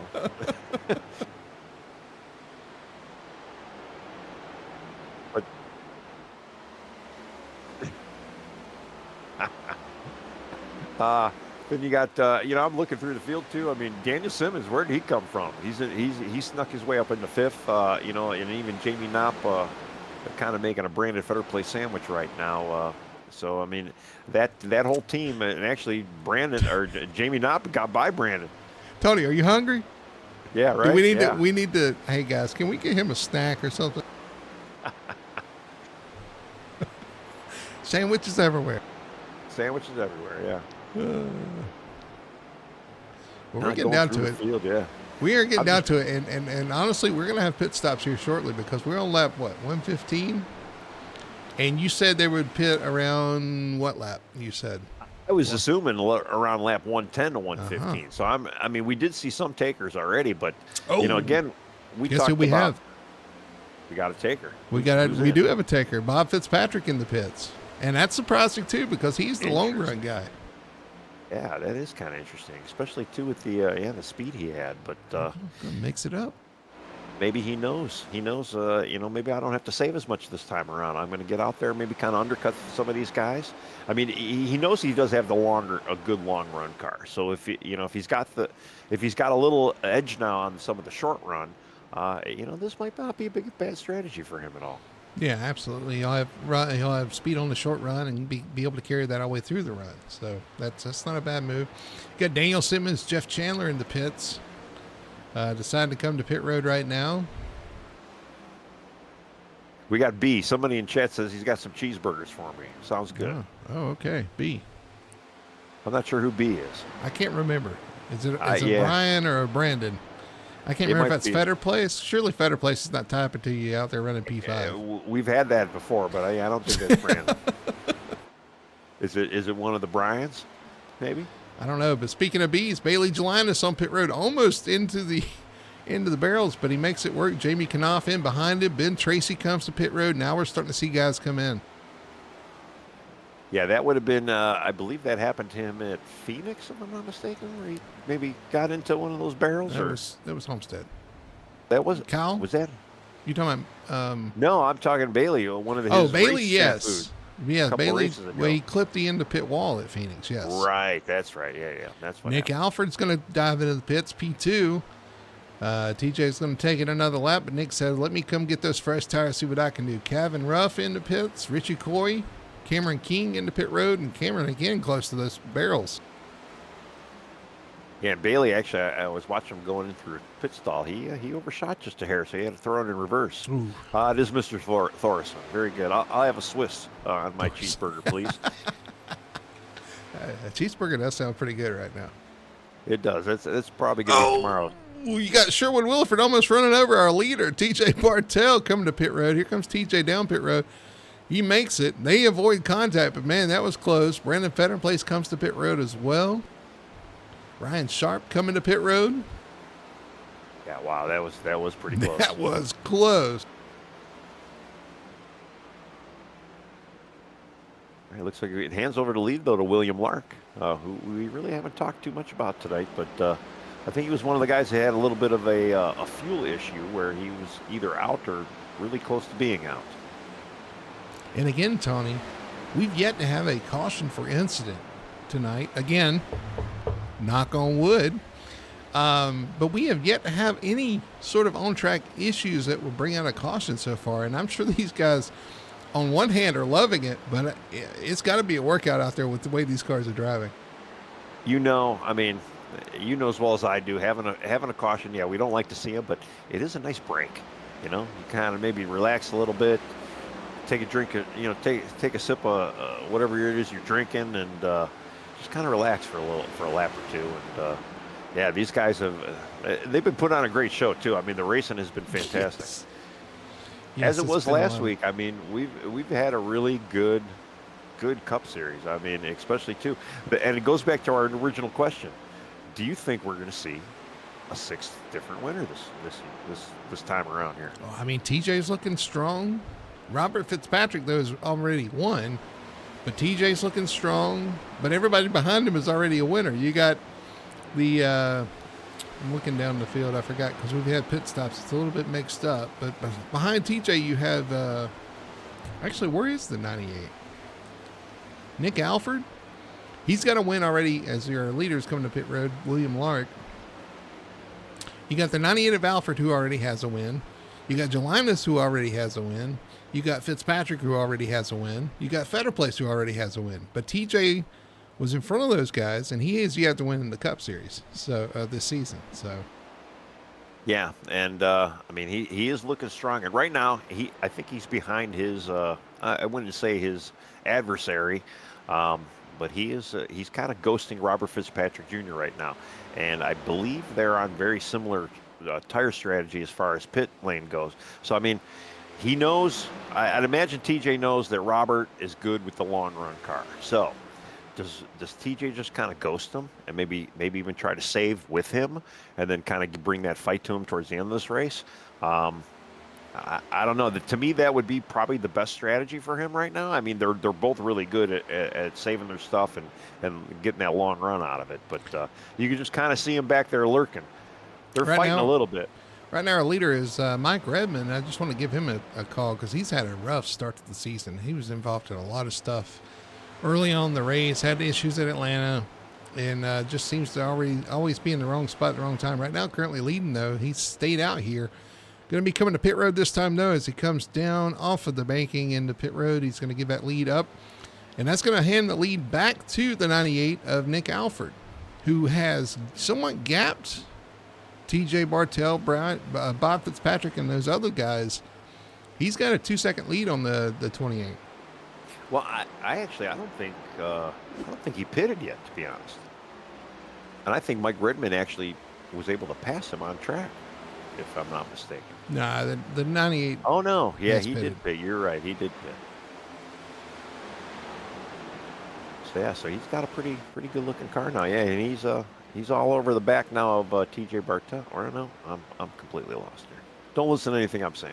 That's Jelinas that goes around TJ Bartell. You got the Brian Messer machine, currently P2, the 51. We haven't talked much about him, but he finds himself in the top 3. And then you got Colby Meese, who's actually just been passed by TJ Bartell and Bailey Jelinas, but he was P3, so he's found himself up towards the front.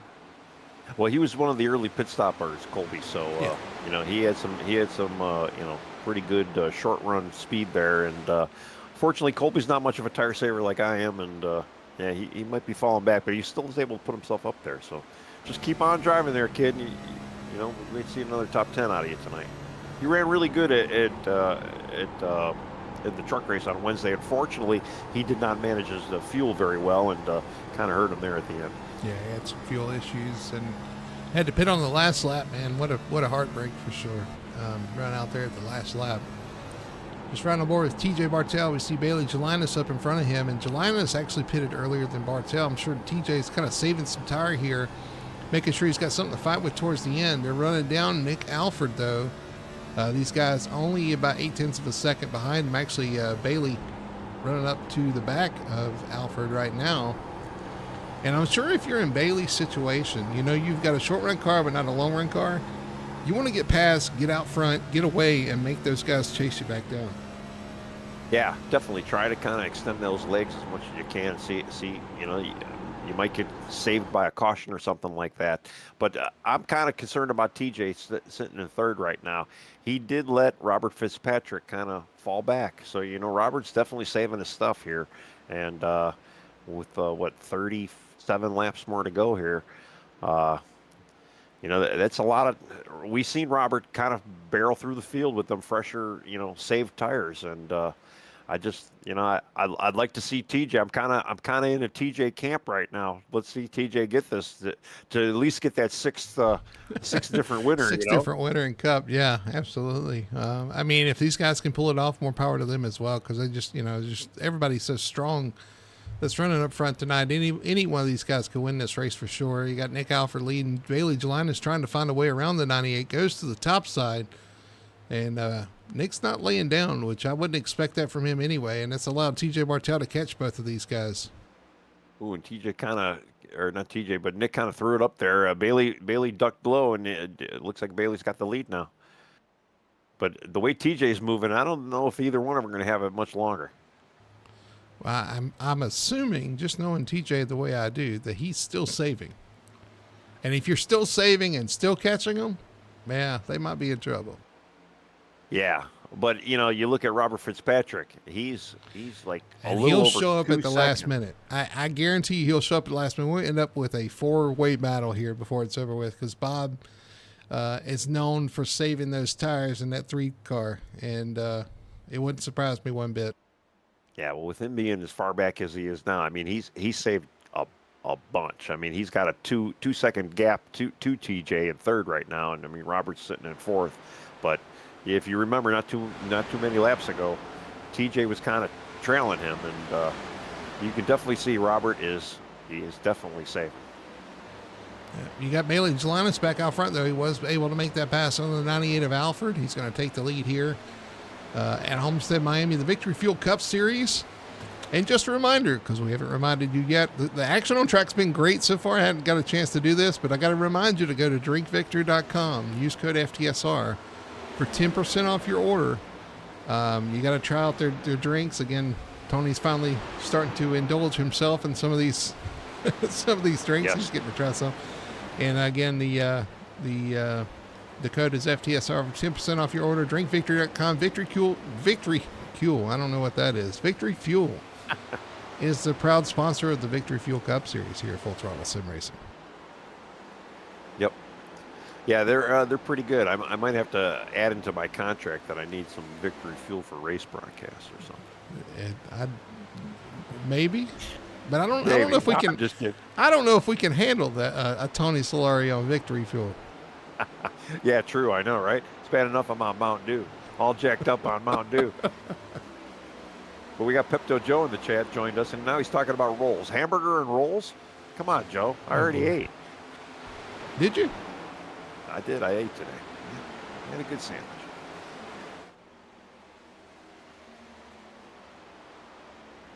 Yeah, moving back through the field, too. I'm just kind of going through who we got. I mean, obviously, we've been talking about the top three, even the top four for a while, but Daniel Simmons, Jamie Knopp running 5th and 6th right now.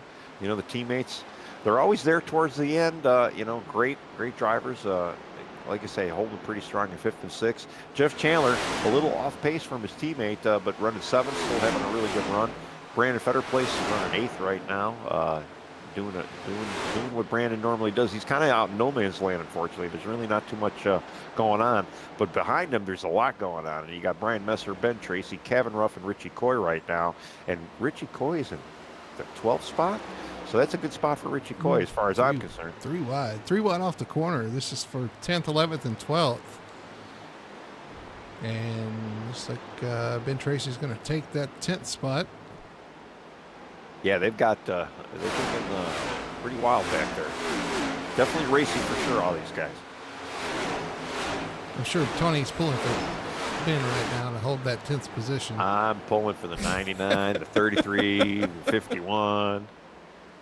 Although I do got a few spots here, so Richie's gonna have to you know, pull a rabbit out of his hat. Not saying that he can't, but yeah, I'm looking good for our little broadcaster champion or challenge. Just checking in on the leads up front. Jelinas continue to lead, and Alford right there shadowing him right behind. TJ Bartell right behind him as well. All these guys, all three right there together. And I got to say, I think they're lined up where I think Jelinas will fall off first and Bartell will be the quickest on the long run. So they're going to flip. The question is, how are those passes going to be made? That's what's got to be done here. Oh, for sure. I can definitely see the top 4 completely inverted by the end of this. But yeah, we're definitely going to have to see the passes. And I don't know. I think they've been pretty good with each other so far. So I don't see any. I don't really see any drama happening. But they are going to be seeing some lap traffic, and with some of the different strategies. I mean, right now they went by Sherwood Williford. So you know, he was 19th place. So we still got 18 guys on the lead lap, and they are going to start catching some of these other guys, though, because we still got some guys that are kind of deep in the field with the crazy tire strategy. We had a lot of guys coming in and out at different laps. So, yeah, it's going to be interesting. I keep an eye on Bob Fitzpatrick as we get back up front. He's at 3.1 seconds. Actually, it just depends on what part of the track, but he was 3.1 seconds back on the entry of turn 3. And we'll see if he can make up that time as we get down to it. Lap 140, we're starting of 167. 27 laps to go. Yeah, because even too, last time we talked about Robert, he was like 2.5 seconds. So he's still kind of saving back there. And then with Daniel Simmons and Jamie Knopp right behind them, and I mean, those two are also known for, you know, being a bit of savers and kind of showing up at the last minute kind of drivers. So I can almost see all three of them kind of sneak their way up. You know, I mean, they're already kind of all dancing around the top 5, but dare I say, maybe even the 3 of them popping into the top 3. just saving. That But is when do the you go? name of the game. And we talked about that last week, or at least in the truck race. When do you go? When do you take off? And I don't know if it's, I think that's the wrong question to ask. I've talked to many of the guys. It's not like you all of a sudden step on the pedal. It's that the other guys just fall off a cliff and you maintain your speed and you look like a superhero. And so it may be a combination of both, but you also don't want to overextend your tires too early. Like, it's so easy. If I was in TJ's position back there, it's so easy for me to say, okay, I need to go early. I need to go now. I want to get by these guys. To have the patience of waiting to when it matters is a skill in itself. And it's not a skill that I necessarily possess. I like to go fast all the time. And so it's really hard to hang on and wait to when it actually matters. And that's very true. It might not be a when, but when do they start falling off instead? And then you start catching. Well, these top three are under a blanket. They are right there together. 1, 2, 3 on your screen. I almost feel like we've seen this earlier today, too, the three of them the way they are. Yeah. But Robert Fitzpatrick, he looks like he's starting to draw him back in right now. He's starting to pull away a little bit from Daniel and Jamie as well. So Robert's on the move. There's the three of Fitzpatrick getting around the lap car. Sherwood Williford, P4. Currently 2.6 seconds to the lead. You are right. He's starting to eat in on that lead now. And as they start to battle up there, that's going to get that's going to cost them even more time. Yeah, for sure. And again, we talked about some lap traffic. Really, the only one next on the pecking order would be Wayne Grassi. He's a few seconds still going the lap down, but we don't really have anybody for a while, so they might have some good, clean racing up front after they get by Wayne here.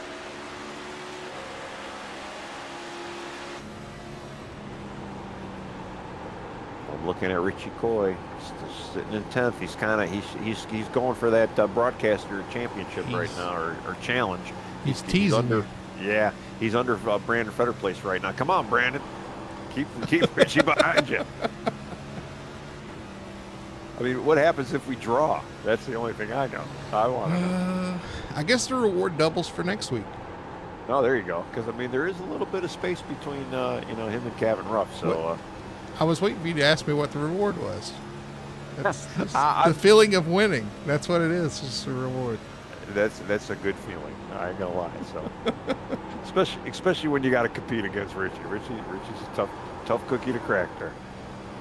Well, you see how tough this is. We jumped on board the 48 of Jamie Knopf. He tried to put the power down, and the thing just snapped sideways on the top of the track, man. And it just takes that little bit, and you're in the wall too if you're not careful. Riding right up on the wall, one little mistake, and you're in the wall. But we saw that with Bowman, with Larson, with a lot of the guys on Sunday.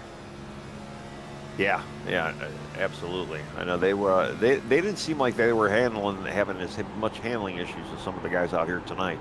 But it almost kind of looked like too. It kind of checked up Jeff Chandler a little bit. Kevin Ruff kind of drove up to his bumper, kind of though allowed Jeff to kind of gather it back up. And there's still single file just kind of running around here.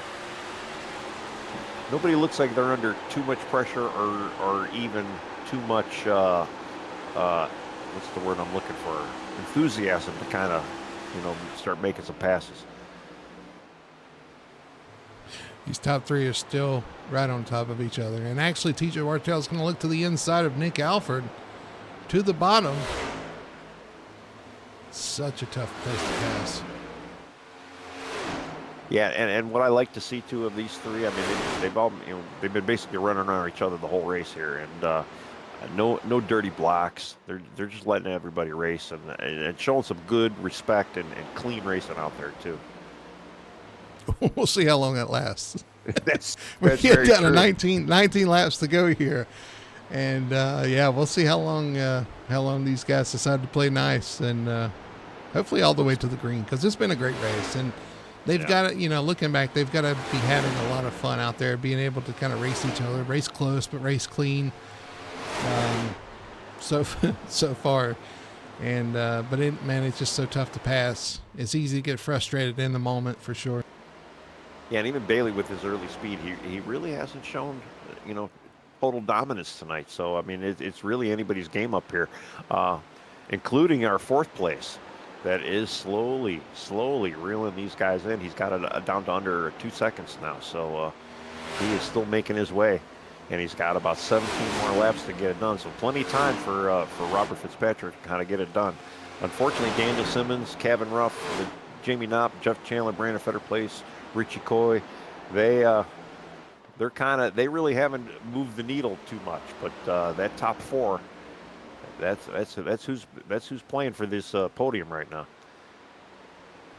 I gotta wonder if these guys are saving anything at this point. If they're still saving, like especially the 98. If he doesn't want TJ to get by him because it's another car you'd have to pass, and he knows TJ's strong on the long run. But I wonder if he's saving it. Here comes TJ on the inside with a run into turn 3. Yeah, I'm kind of going back. TJ pitted at lap 120.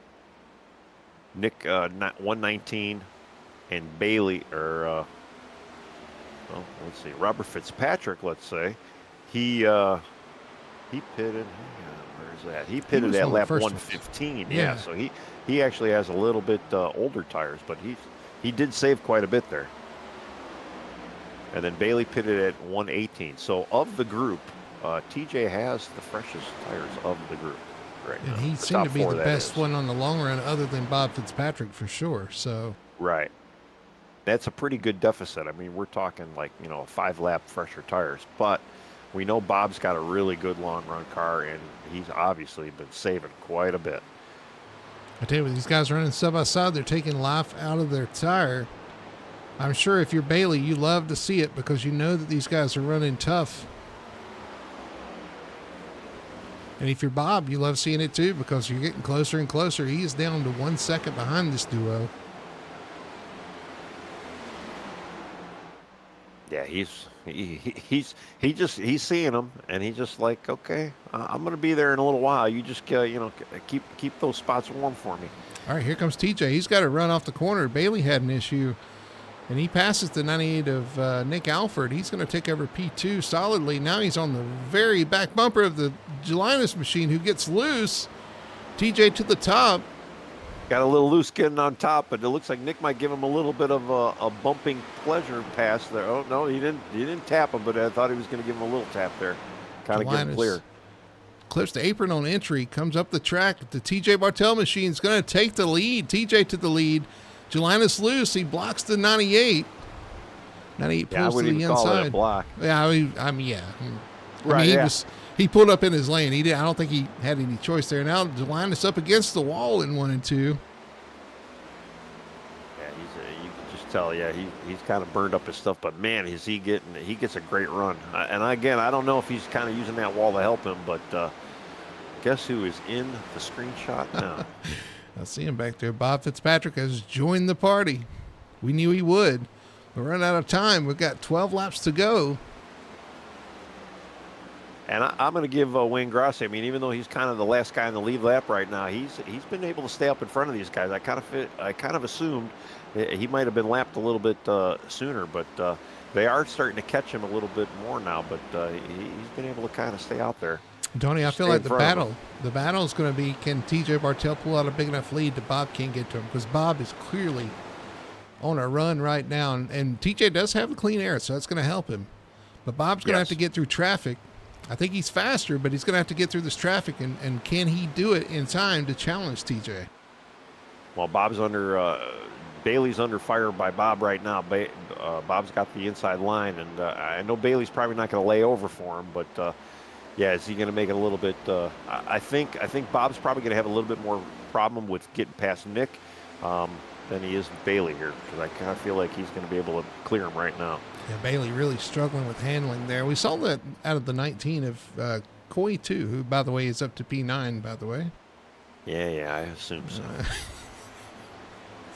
This battle continues to rage on for P3. You see Gelinas moving down to side suck the 33 of Bob Fitzpatrick back. They pull even into turn 1. I think Bailey got the wall again there. Bob's going to pull ahead here, I think, off the corner. Does so. Takes that position. Gelinas is going to fight back on the inside. You almost got me worried about the Richie Coy Oh, situation. contact between Bob and Jelinas there, back there in P3. They keep it straight, though. Bob's going to clear him off the corner here. I think take that position solidly. Now Bob to P3. He's got to run down Nick Alford, who now has a 1.3 second gap. All that battling has cost Bob a lot of time. Yeah, I kind of assumed that Bob was going to have a little bit of a fight here with Nick. Well, actually, a little bit of a fight there with Bailey there. But, yeah, he's got a little bit of a space now. TJ Bartell now becoming starting to be under fire with the 98 of Alford, who's pulled back up to the back bumper. He's going to fight Alford off too, and that might be just enough to bring Bob back in, as we have 8 laps to go here at Homestead. Yeah, and our leaders too did get by Wayne Grossi right now, so they got clean air out in front. So they got a little 2-car battle. I don't think Bailey's got anything left in the bank though to even kind of catch these guys anymore. So he's going to have to fight for 4th place. He's going to have a tough time, I think, hold on to 5th, as Daniel Simmons starting to close in as well in the 06. But right now, TJ Bartell continues to lead about a 2/10 to 3/10 gap between 1st and 2nd. Both running the bottom. Actually, TJ running the bottom, Nick more running the middle of the track. Well, the one thing I'm looking at now too, I mean, he's not our leader, but he's my competitor for the evening, or Richie Coy. He is starting to catch Jamie Knopp for 8th place, and Jamie's looking a little sloppy. Come on, Jamie, don't let him go by. And they are door to door right now. Richie it doesn't look like Jamie's outside. Jamie on the inside, close battle coming off the corner. Yeah, Jamie, I know Jamie pitted about a lap or 2 earlier than Richie, and Richie was able to get by him. But I believe Richie was doing a little save. I mean, I will agree, though, Richie, he's definitely looking a lot stronger than he looked earlier on today. You so, got Kevin Ruff and Brandon Fetter place side by side for 6th as well. Fetter place in the wall, Ruff on the bottom. Yeah, and, talking about Brandon earlier, that kind of just shows, he was able to kind of pull through the field. If you know, he was ahead of Richie earlier. I mean, he still is ahead of Richie, but he has pulled away immensely from Richie. I mean, the two of them kind of have been kind of cycling through the field or kind of moving up, but Brandon's definitely got a strong car right now. Bailey Jelinas trying to hang on with the 06 of Daniel Simmons. As I talked about it, here comes Simmons to the inside. Gonna clear him off turn 2, pull up, and try to hold on to that position as Jelinas is really starting to fall back. Well, Jelinas is running that. He is running that Kyle Larson line. I mean, we've been joking about TJ and Kyle Larson, but Bailey's getting up against that wall, and he's kind of scraping that fender off that wall a little bit. And the run he's getting off that, I'm not going to say it's legal or not, but I think it's definitely helping him slightly. We got a lead change. Nick Alford battling TJ Bartell for the lead. 4 laps to go. Alfred's going to take the lead. TJ's going to duck back inside off turn 2. Down into turn 3. TJ's going to try to take that position, start sliding up the hill just a little bit. Oh, there's contact with Nick. Little door banging off the corner. They stay side by side. Coming to 3 laps to go here, Tony. This is getting intense, and I don't think Bob's going to have time to catch these guys. He's not really in striking distance where I thought he was going to be. But again, he's got 5-lap older tires than the other two, even though he did save quite a bit. I think just kind of getting by Bailey may have kind of slowed him up a little bit. But yeah, this battle for 1 and 2 right now, man, it's starting to get real exciting. Bailey Jelinas in the wall, losing all kinds of positions here. As we come down to 2 to go, this is the battle for the lead. TJ Bartell has it. Nick Alford wants it. 1-2, 2 laps to go into turn 1. Got to go back to see Bailey. Did he let Richie get by? Oh, he did. Damn it. Down the backstretch, the battle for the lead. 2 laps to go. Bartell and Alford. Bartell going for the weekend sweep. Truck race win. Looking for the cup race win. Nick Alford looking for his 2nd win of the season. TJ looking for his 1st here in the Cup Series. I mean, Nick is going to have to throw a Hail Mary at this. He's going to try and have to get side by side with him. I don't see any bumping or any, any malicious behavior going on here, but if he wants it, he's going to have to get it. Nick Alford looking for a way around. TJ Bartell comes through 1 and 2. kind of cautiously as they come off the corner. Nick's going to have a little bit of run as they head into turn 3.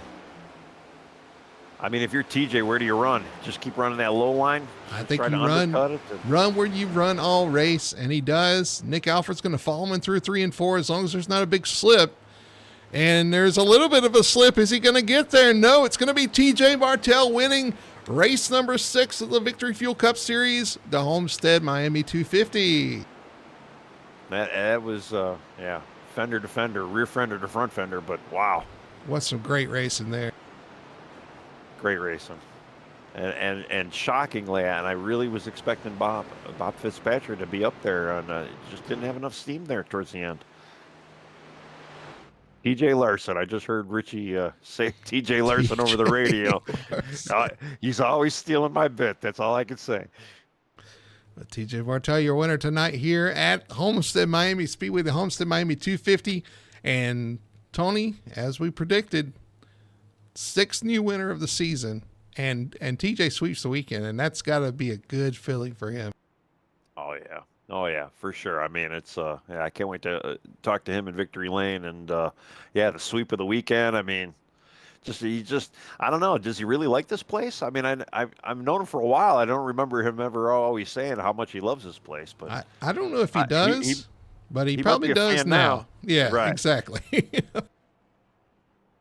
Oh, what a finish too, man. What a race with these guys up front. You had Jelinus, who was fast early. TJ, we knew was going to have a fast car on the long run. We thought Robert Fitzpatrick was going to get there sooner. Kind of burned up his tires racing Jelinus. Nick Alfred in the discussion all night. Those guys just putting on a heck of a battle up front. And if you liked what you're seeing, we still got a few spots open in Cup. So if you want to check out fullthrottlesimracing.net and get out here, think you got something to run with these big boys? I'll see what you got. Yeah, for sure. I mean, it's a lot of fun, man. It's a lot of fun to watch, and I'm sure these guys had a lot of fun. But we're going to take a quick commercial break, and we'll come back, talk to our top 3 finishers, digest what we just saw here at Homestead-Miami, and look forward to next week at Martinsville. We'll be right back after these messages.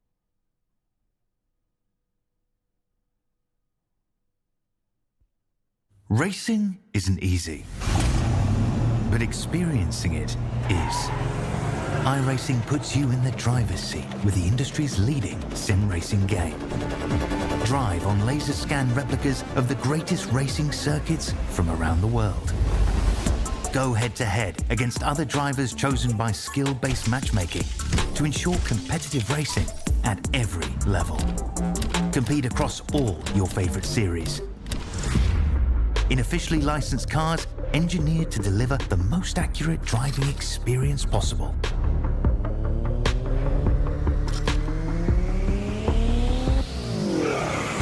Join a race or host your own with players from across the globe. Race against the computer or in a league with friends.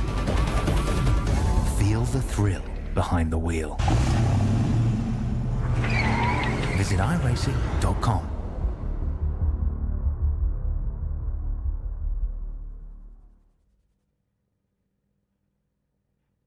We are Best One. The best tires. The best customer service. The best automotive service. The best team. And the best customers. You see, Best One isn't just our name, it's who we are. Since 1948, Best One has been delivering quality and dependable tires and full-service automotive care to our customers. Best One, selling tires, serving people. We are Best One.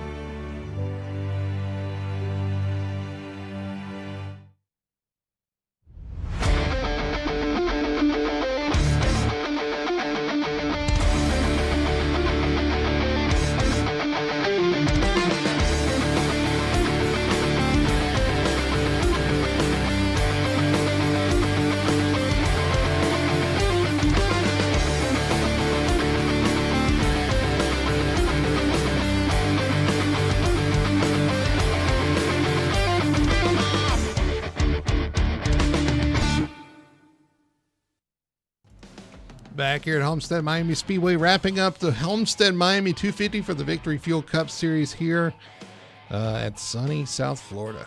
And boy, did they put on the show tonight. We had a lot of fun. We're going to kick it over to our post-race show presented by Victory Fuel and see if we can talk to our top 3 finishers who we haven't even grabbed yet. So, Yeah, I thought they would kind of come up this way, but nobody yet. We got to go fetch them, right? yeah. So let's see. Our third place finisher is going to be Fitzpatrick. Let's see if we can grab him.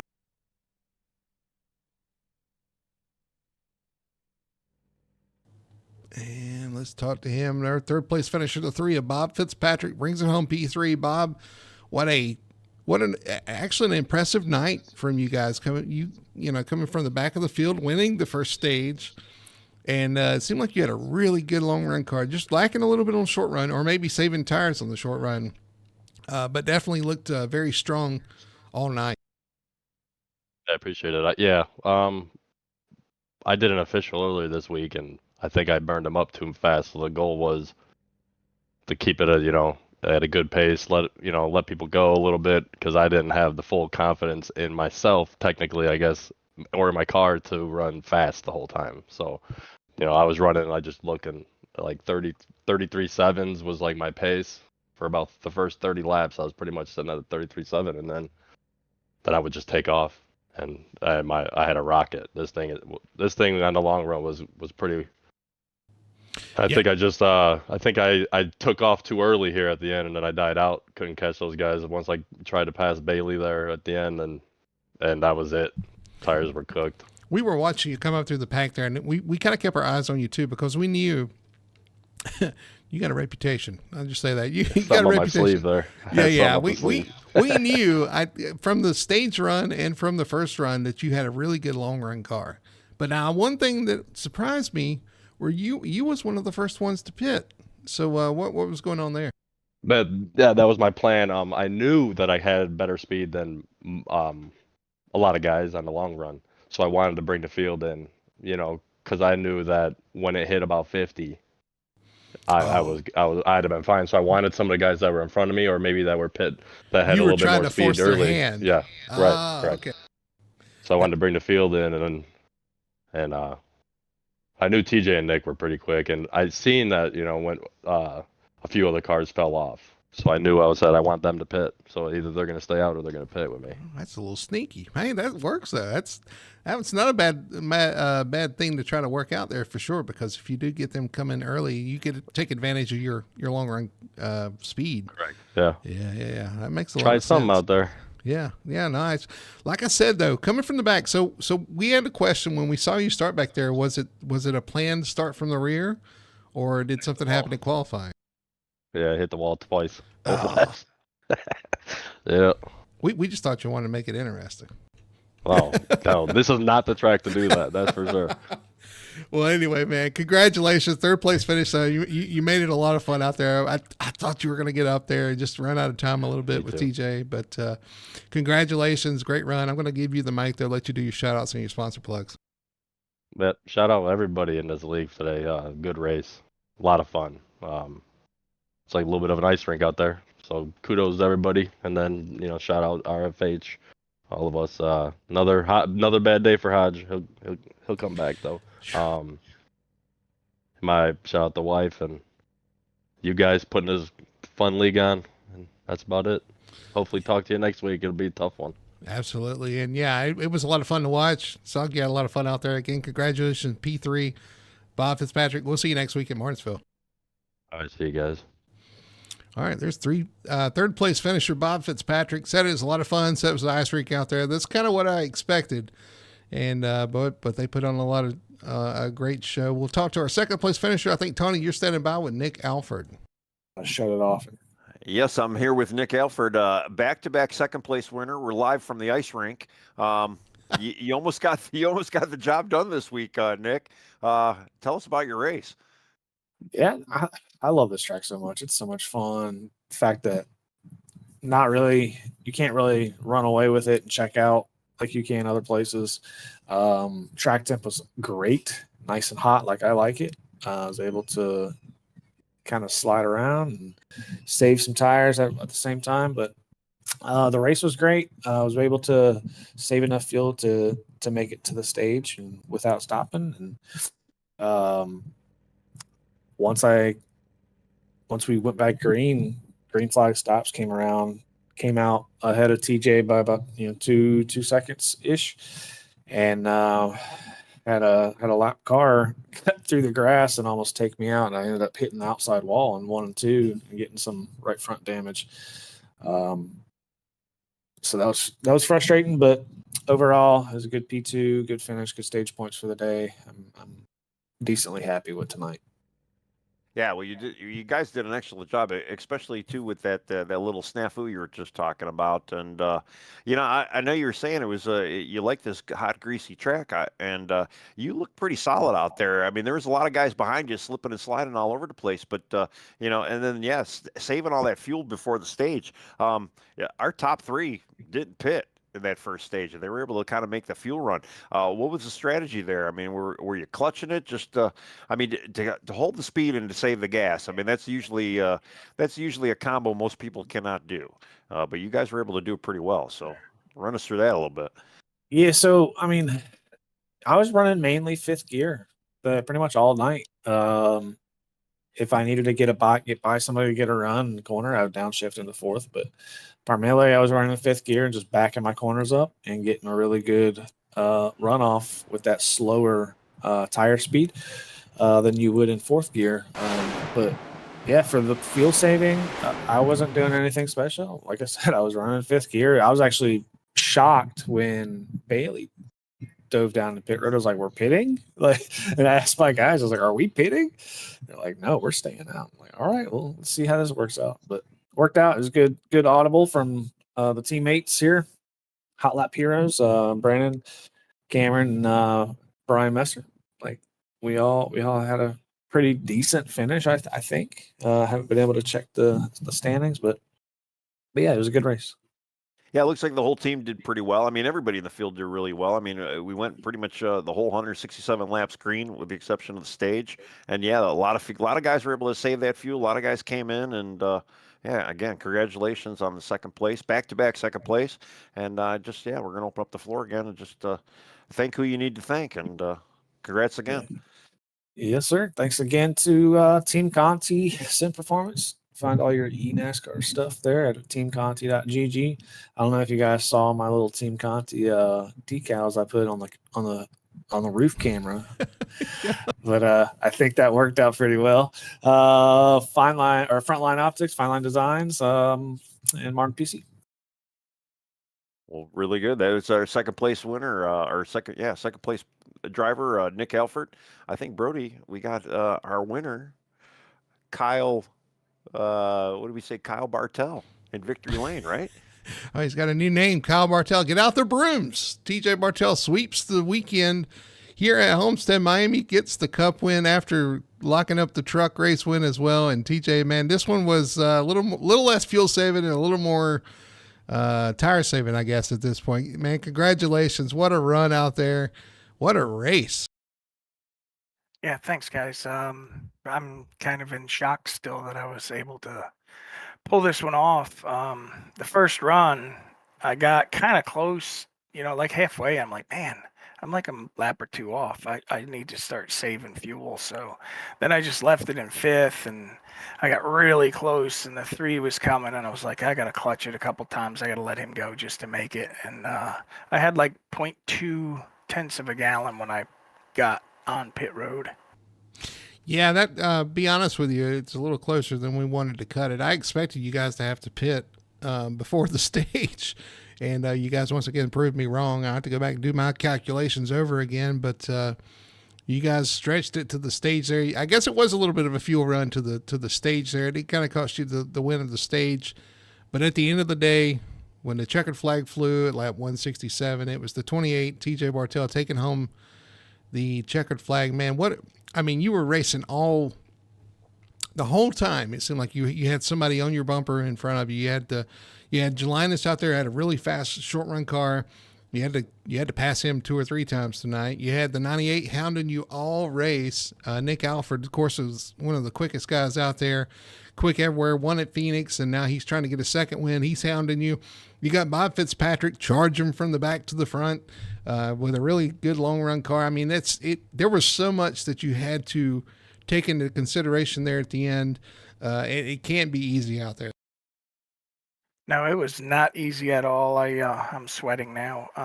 I knew the 78 had really fast, like he had fast pace all the way to like halfway, 2/3 of the way through the run, and then his handling went away. Looks like he was getting a little loose. But the 98, man, I was like, I wish he would fall off, and he just never did. And trying to stay ahead of him those last few laps, I burned my tires off. I was having such a hard time getting off of turn 4, and I was like, man, he's gonna get me. And I was just able to get enough throttle down to stay ahead of him. Yeah, definitely. It was a lot of fun watching you guys battle out there. I know Nick was having a lot of fun out there with you as well. I tell you, like I said, every race, these races surprised me. You guys were slipping and sliding around out there. Like I said, I talked about the drivers you had to fight. Talk about the track you had to fight. It was hot out there. It was slick. You guys were sliding around. You were all over the track. You were at the top. You were at the bottom. I guess just talk about your overall experience here at Homestead, and maybe you got a new track, a new favorite track on the schedule, because this is, like I said, you sweep the weekends here at Homestead.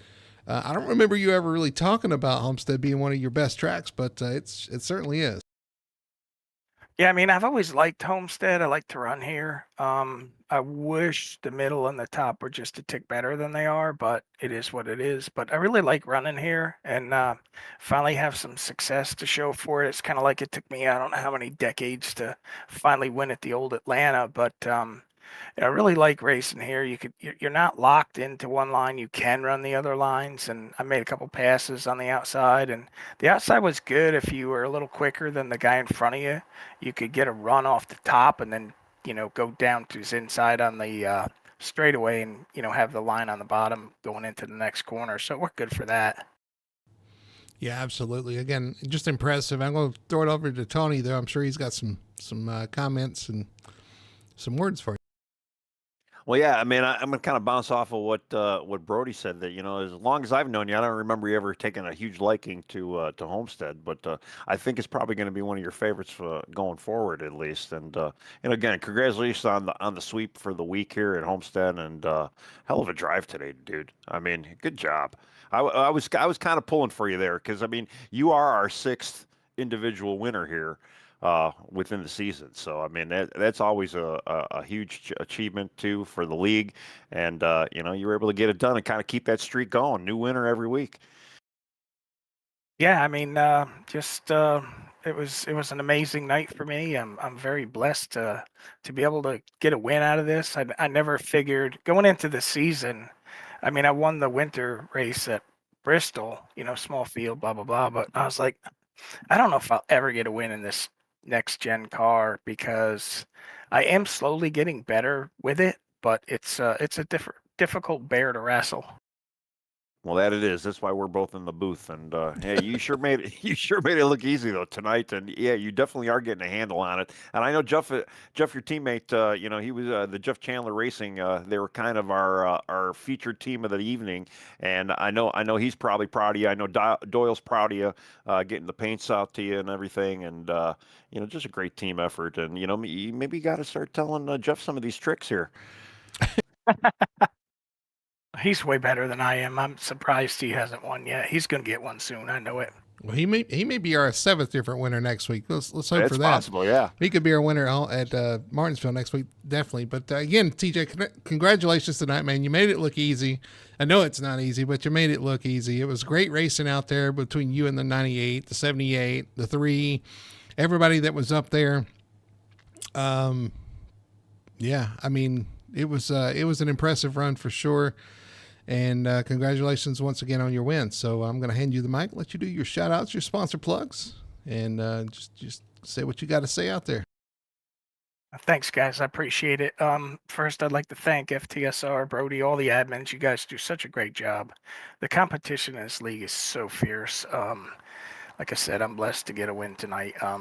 Those guys are just so tough, and it's fun racing with them. Good, clean race tonight. Caution free except for the stage. Thank Doyle for watching Jeff Chandler racing and rooting us on. I appreciate that.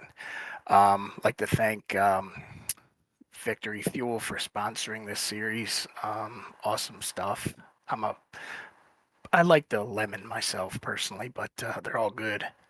Thanking, thank Toyota, thank Logitech. These new pedals seem to be working pretty good. I'll give them a workout next week at Martinsville, I'm sure, but they work good at Homestead. So just a blessed night, and dedicate this to my late son Evan. And I got to thank Jeff Chandler, because without him, I would not be running up front. His coaching and his tips, and he's been such a big help. I owe so much to him. This win is as much his as mine. Well, TJ, man, congratulations once again. A win tonight, Homestead sweeping the weekend. It's something I'm sure you won't forget. Savor it, enjoy it, and we'll see you next week at Martinsville. Yep. Thanks, guys. Y'all take care. Congrats again, man. And there's your winner tonight, TJ Bartell, bringing home the win, the sweep for the weekend. Man, it couldn't happen to a nicer guy out there, man. I'm telling you, he's one of the nicest guys on the track. When I saw him racing the 98 of Nick Alfred, I at one point was like, you got to take it. No, he was patient. He did it his way. It was easy with it. I mean, didn't force the issue. There was a little contact at one point, but with these guys fighting as much as they are fighting the track out there, you got to expect that. But, man, he's one of the nicest guys out there. It's good to see one of the nice guys get a win tonight and do it in the style that he wants to do it, at the speed he wants to do it. And I'm sure the guys that race with him respect that and appreciate that as well. Oh yeah, he's always been a respected driver ever since I've known him, and I've known him 10 plus years, and just a great dude overall. And I mean, to sweep the weekend, to have the speed, with the competition, green flag. I mean, being able to save and do everything that these guys are doing. I mean, the whole group in a whole. But for TJ to do it back to back too, that's not easy to do in this league. And he made it kind of look easy tonight. And good job for Jeff Chandler Racing. Good job for TJ. And I don't know, TJ might need to start coaching Jeff a little bit. That's all I'm saying. Well, we saw in the stats the team has 0 wins, 0 top fives. Well, guess what? They checked both those off the box tonight. That's right. So just an incredible run, great run for everybody. And honestly, like you said, caution free out there. How impressive is that for all of the guys? We already got people commenting in Discord about how clean they didn't expect that. They didn't know. There was one guy said he didn't know iRacing could be that clean. But yeah, I mean that's what we want. We want some good, hard fought but clean racing, and these guys deliver week in and week out. Especially too, we do have the privilege to kind of talk to a few of the guys before the race here, and a lot of guys were saying it's very hot, very slick. And we did see a couple guys get a little out of shape here and there, but man, the entire field did a great job, and I think everybody should be proud of their efforts tonight, no matter where they stuck up or stacked up, I should say. So just another one in the books for FTSR. And finally, next week, unfortunately, with all this clean racing we had, yeah, we go to Martinsville. So I mean, next week it's going to be a lot of fun from up here, but I tell you, it's nerve-wracking down there, and I hope we can translate what we did tonight to Martinsville next week. Have a good race. But man, that track is tough, and you add the net code of iRacing and the closeness of iRacing, the different braking points, different equipment people are using, different skill levels, different speed, like all that into one. It easily could turn into a very chaotic race. We hope not, but there's definitely the possibility. Well, Martinsville is always, yeah, we'll see how it goes. And I mean, again, too, we've been having really good, strong fields, 30-something drivers every week. 30 drivers on that tiny little track. Mm-hmm. It's going to be, what I like to always say, it's going to be spicy. Hopefully it won't be as hot and spicy like it was tonight, but it might be extra spicy. It was hot, clean, and spicy tonight. Maybe you get you a spicy chicken sandwich since you're so hungry tonight, too. I might, yeah. I mean, all this talk about rolls and hamburgers and cheeseburgers and all this. Pepto Joe even mentioned like some slushies. That sounds pretty good right now. Right. Well, listen, we had a great race tonight. Remember to catch us every Monday night, 9 p.m. here for the Full Throttle Sim Racing Victory Fuel Cup Series here on Full Throttle TV. Every night, Monday, 9 p.m. Also catch us in 2 days. We'll be in Martinsville with the Truck Series. You'll be on track. That should be fun. But yeah, Martinsville, Wednesday night, 9 p.m. for the SimRacingPoints.com Truck Series. Make sure to tune in. It's always a lot of fun. We'll kind of get a preview of what we're going to be seeing in Cup on next Monday, coming Wednesday. So you'll get a first-hand view of that. Oh yeah, yeah. It should be pretty interesting. I know Richie will have a good job in the booth. I'm gonna have to set the bar again this week, even though he got the best of me this week, but that's all right. Well, listen, I'm sure he might get me next week as well because Martinsville is a good track for him. That's his cup of tea for sure. But you're good on the short tracks. We'll see. Yeah, But yeah, listen, I do like Martinsville. we had a lot of fun tonight. We had a lot of fun here at Homestead-Miami. The Victory Fuel Cup Series put on an excellent race. Caution-free except for the stage. First-time winner again, 6 in a row here for the series in Victory Fuel Cup Series. So I appreciate you guys following along. Hope you had fun. We had a lot of fun here in the booth. But for Tony Solari and everybody at Full Throttle TV, my name's Bertie Hanna. Thanks for watching. We'll see you next week in Martinsville.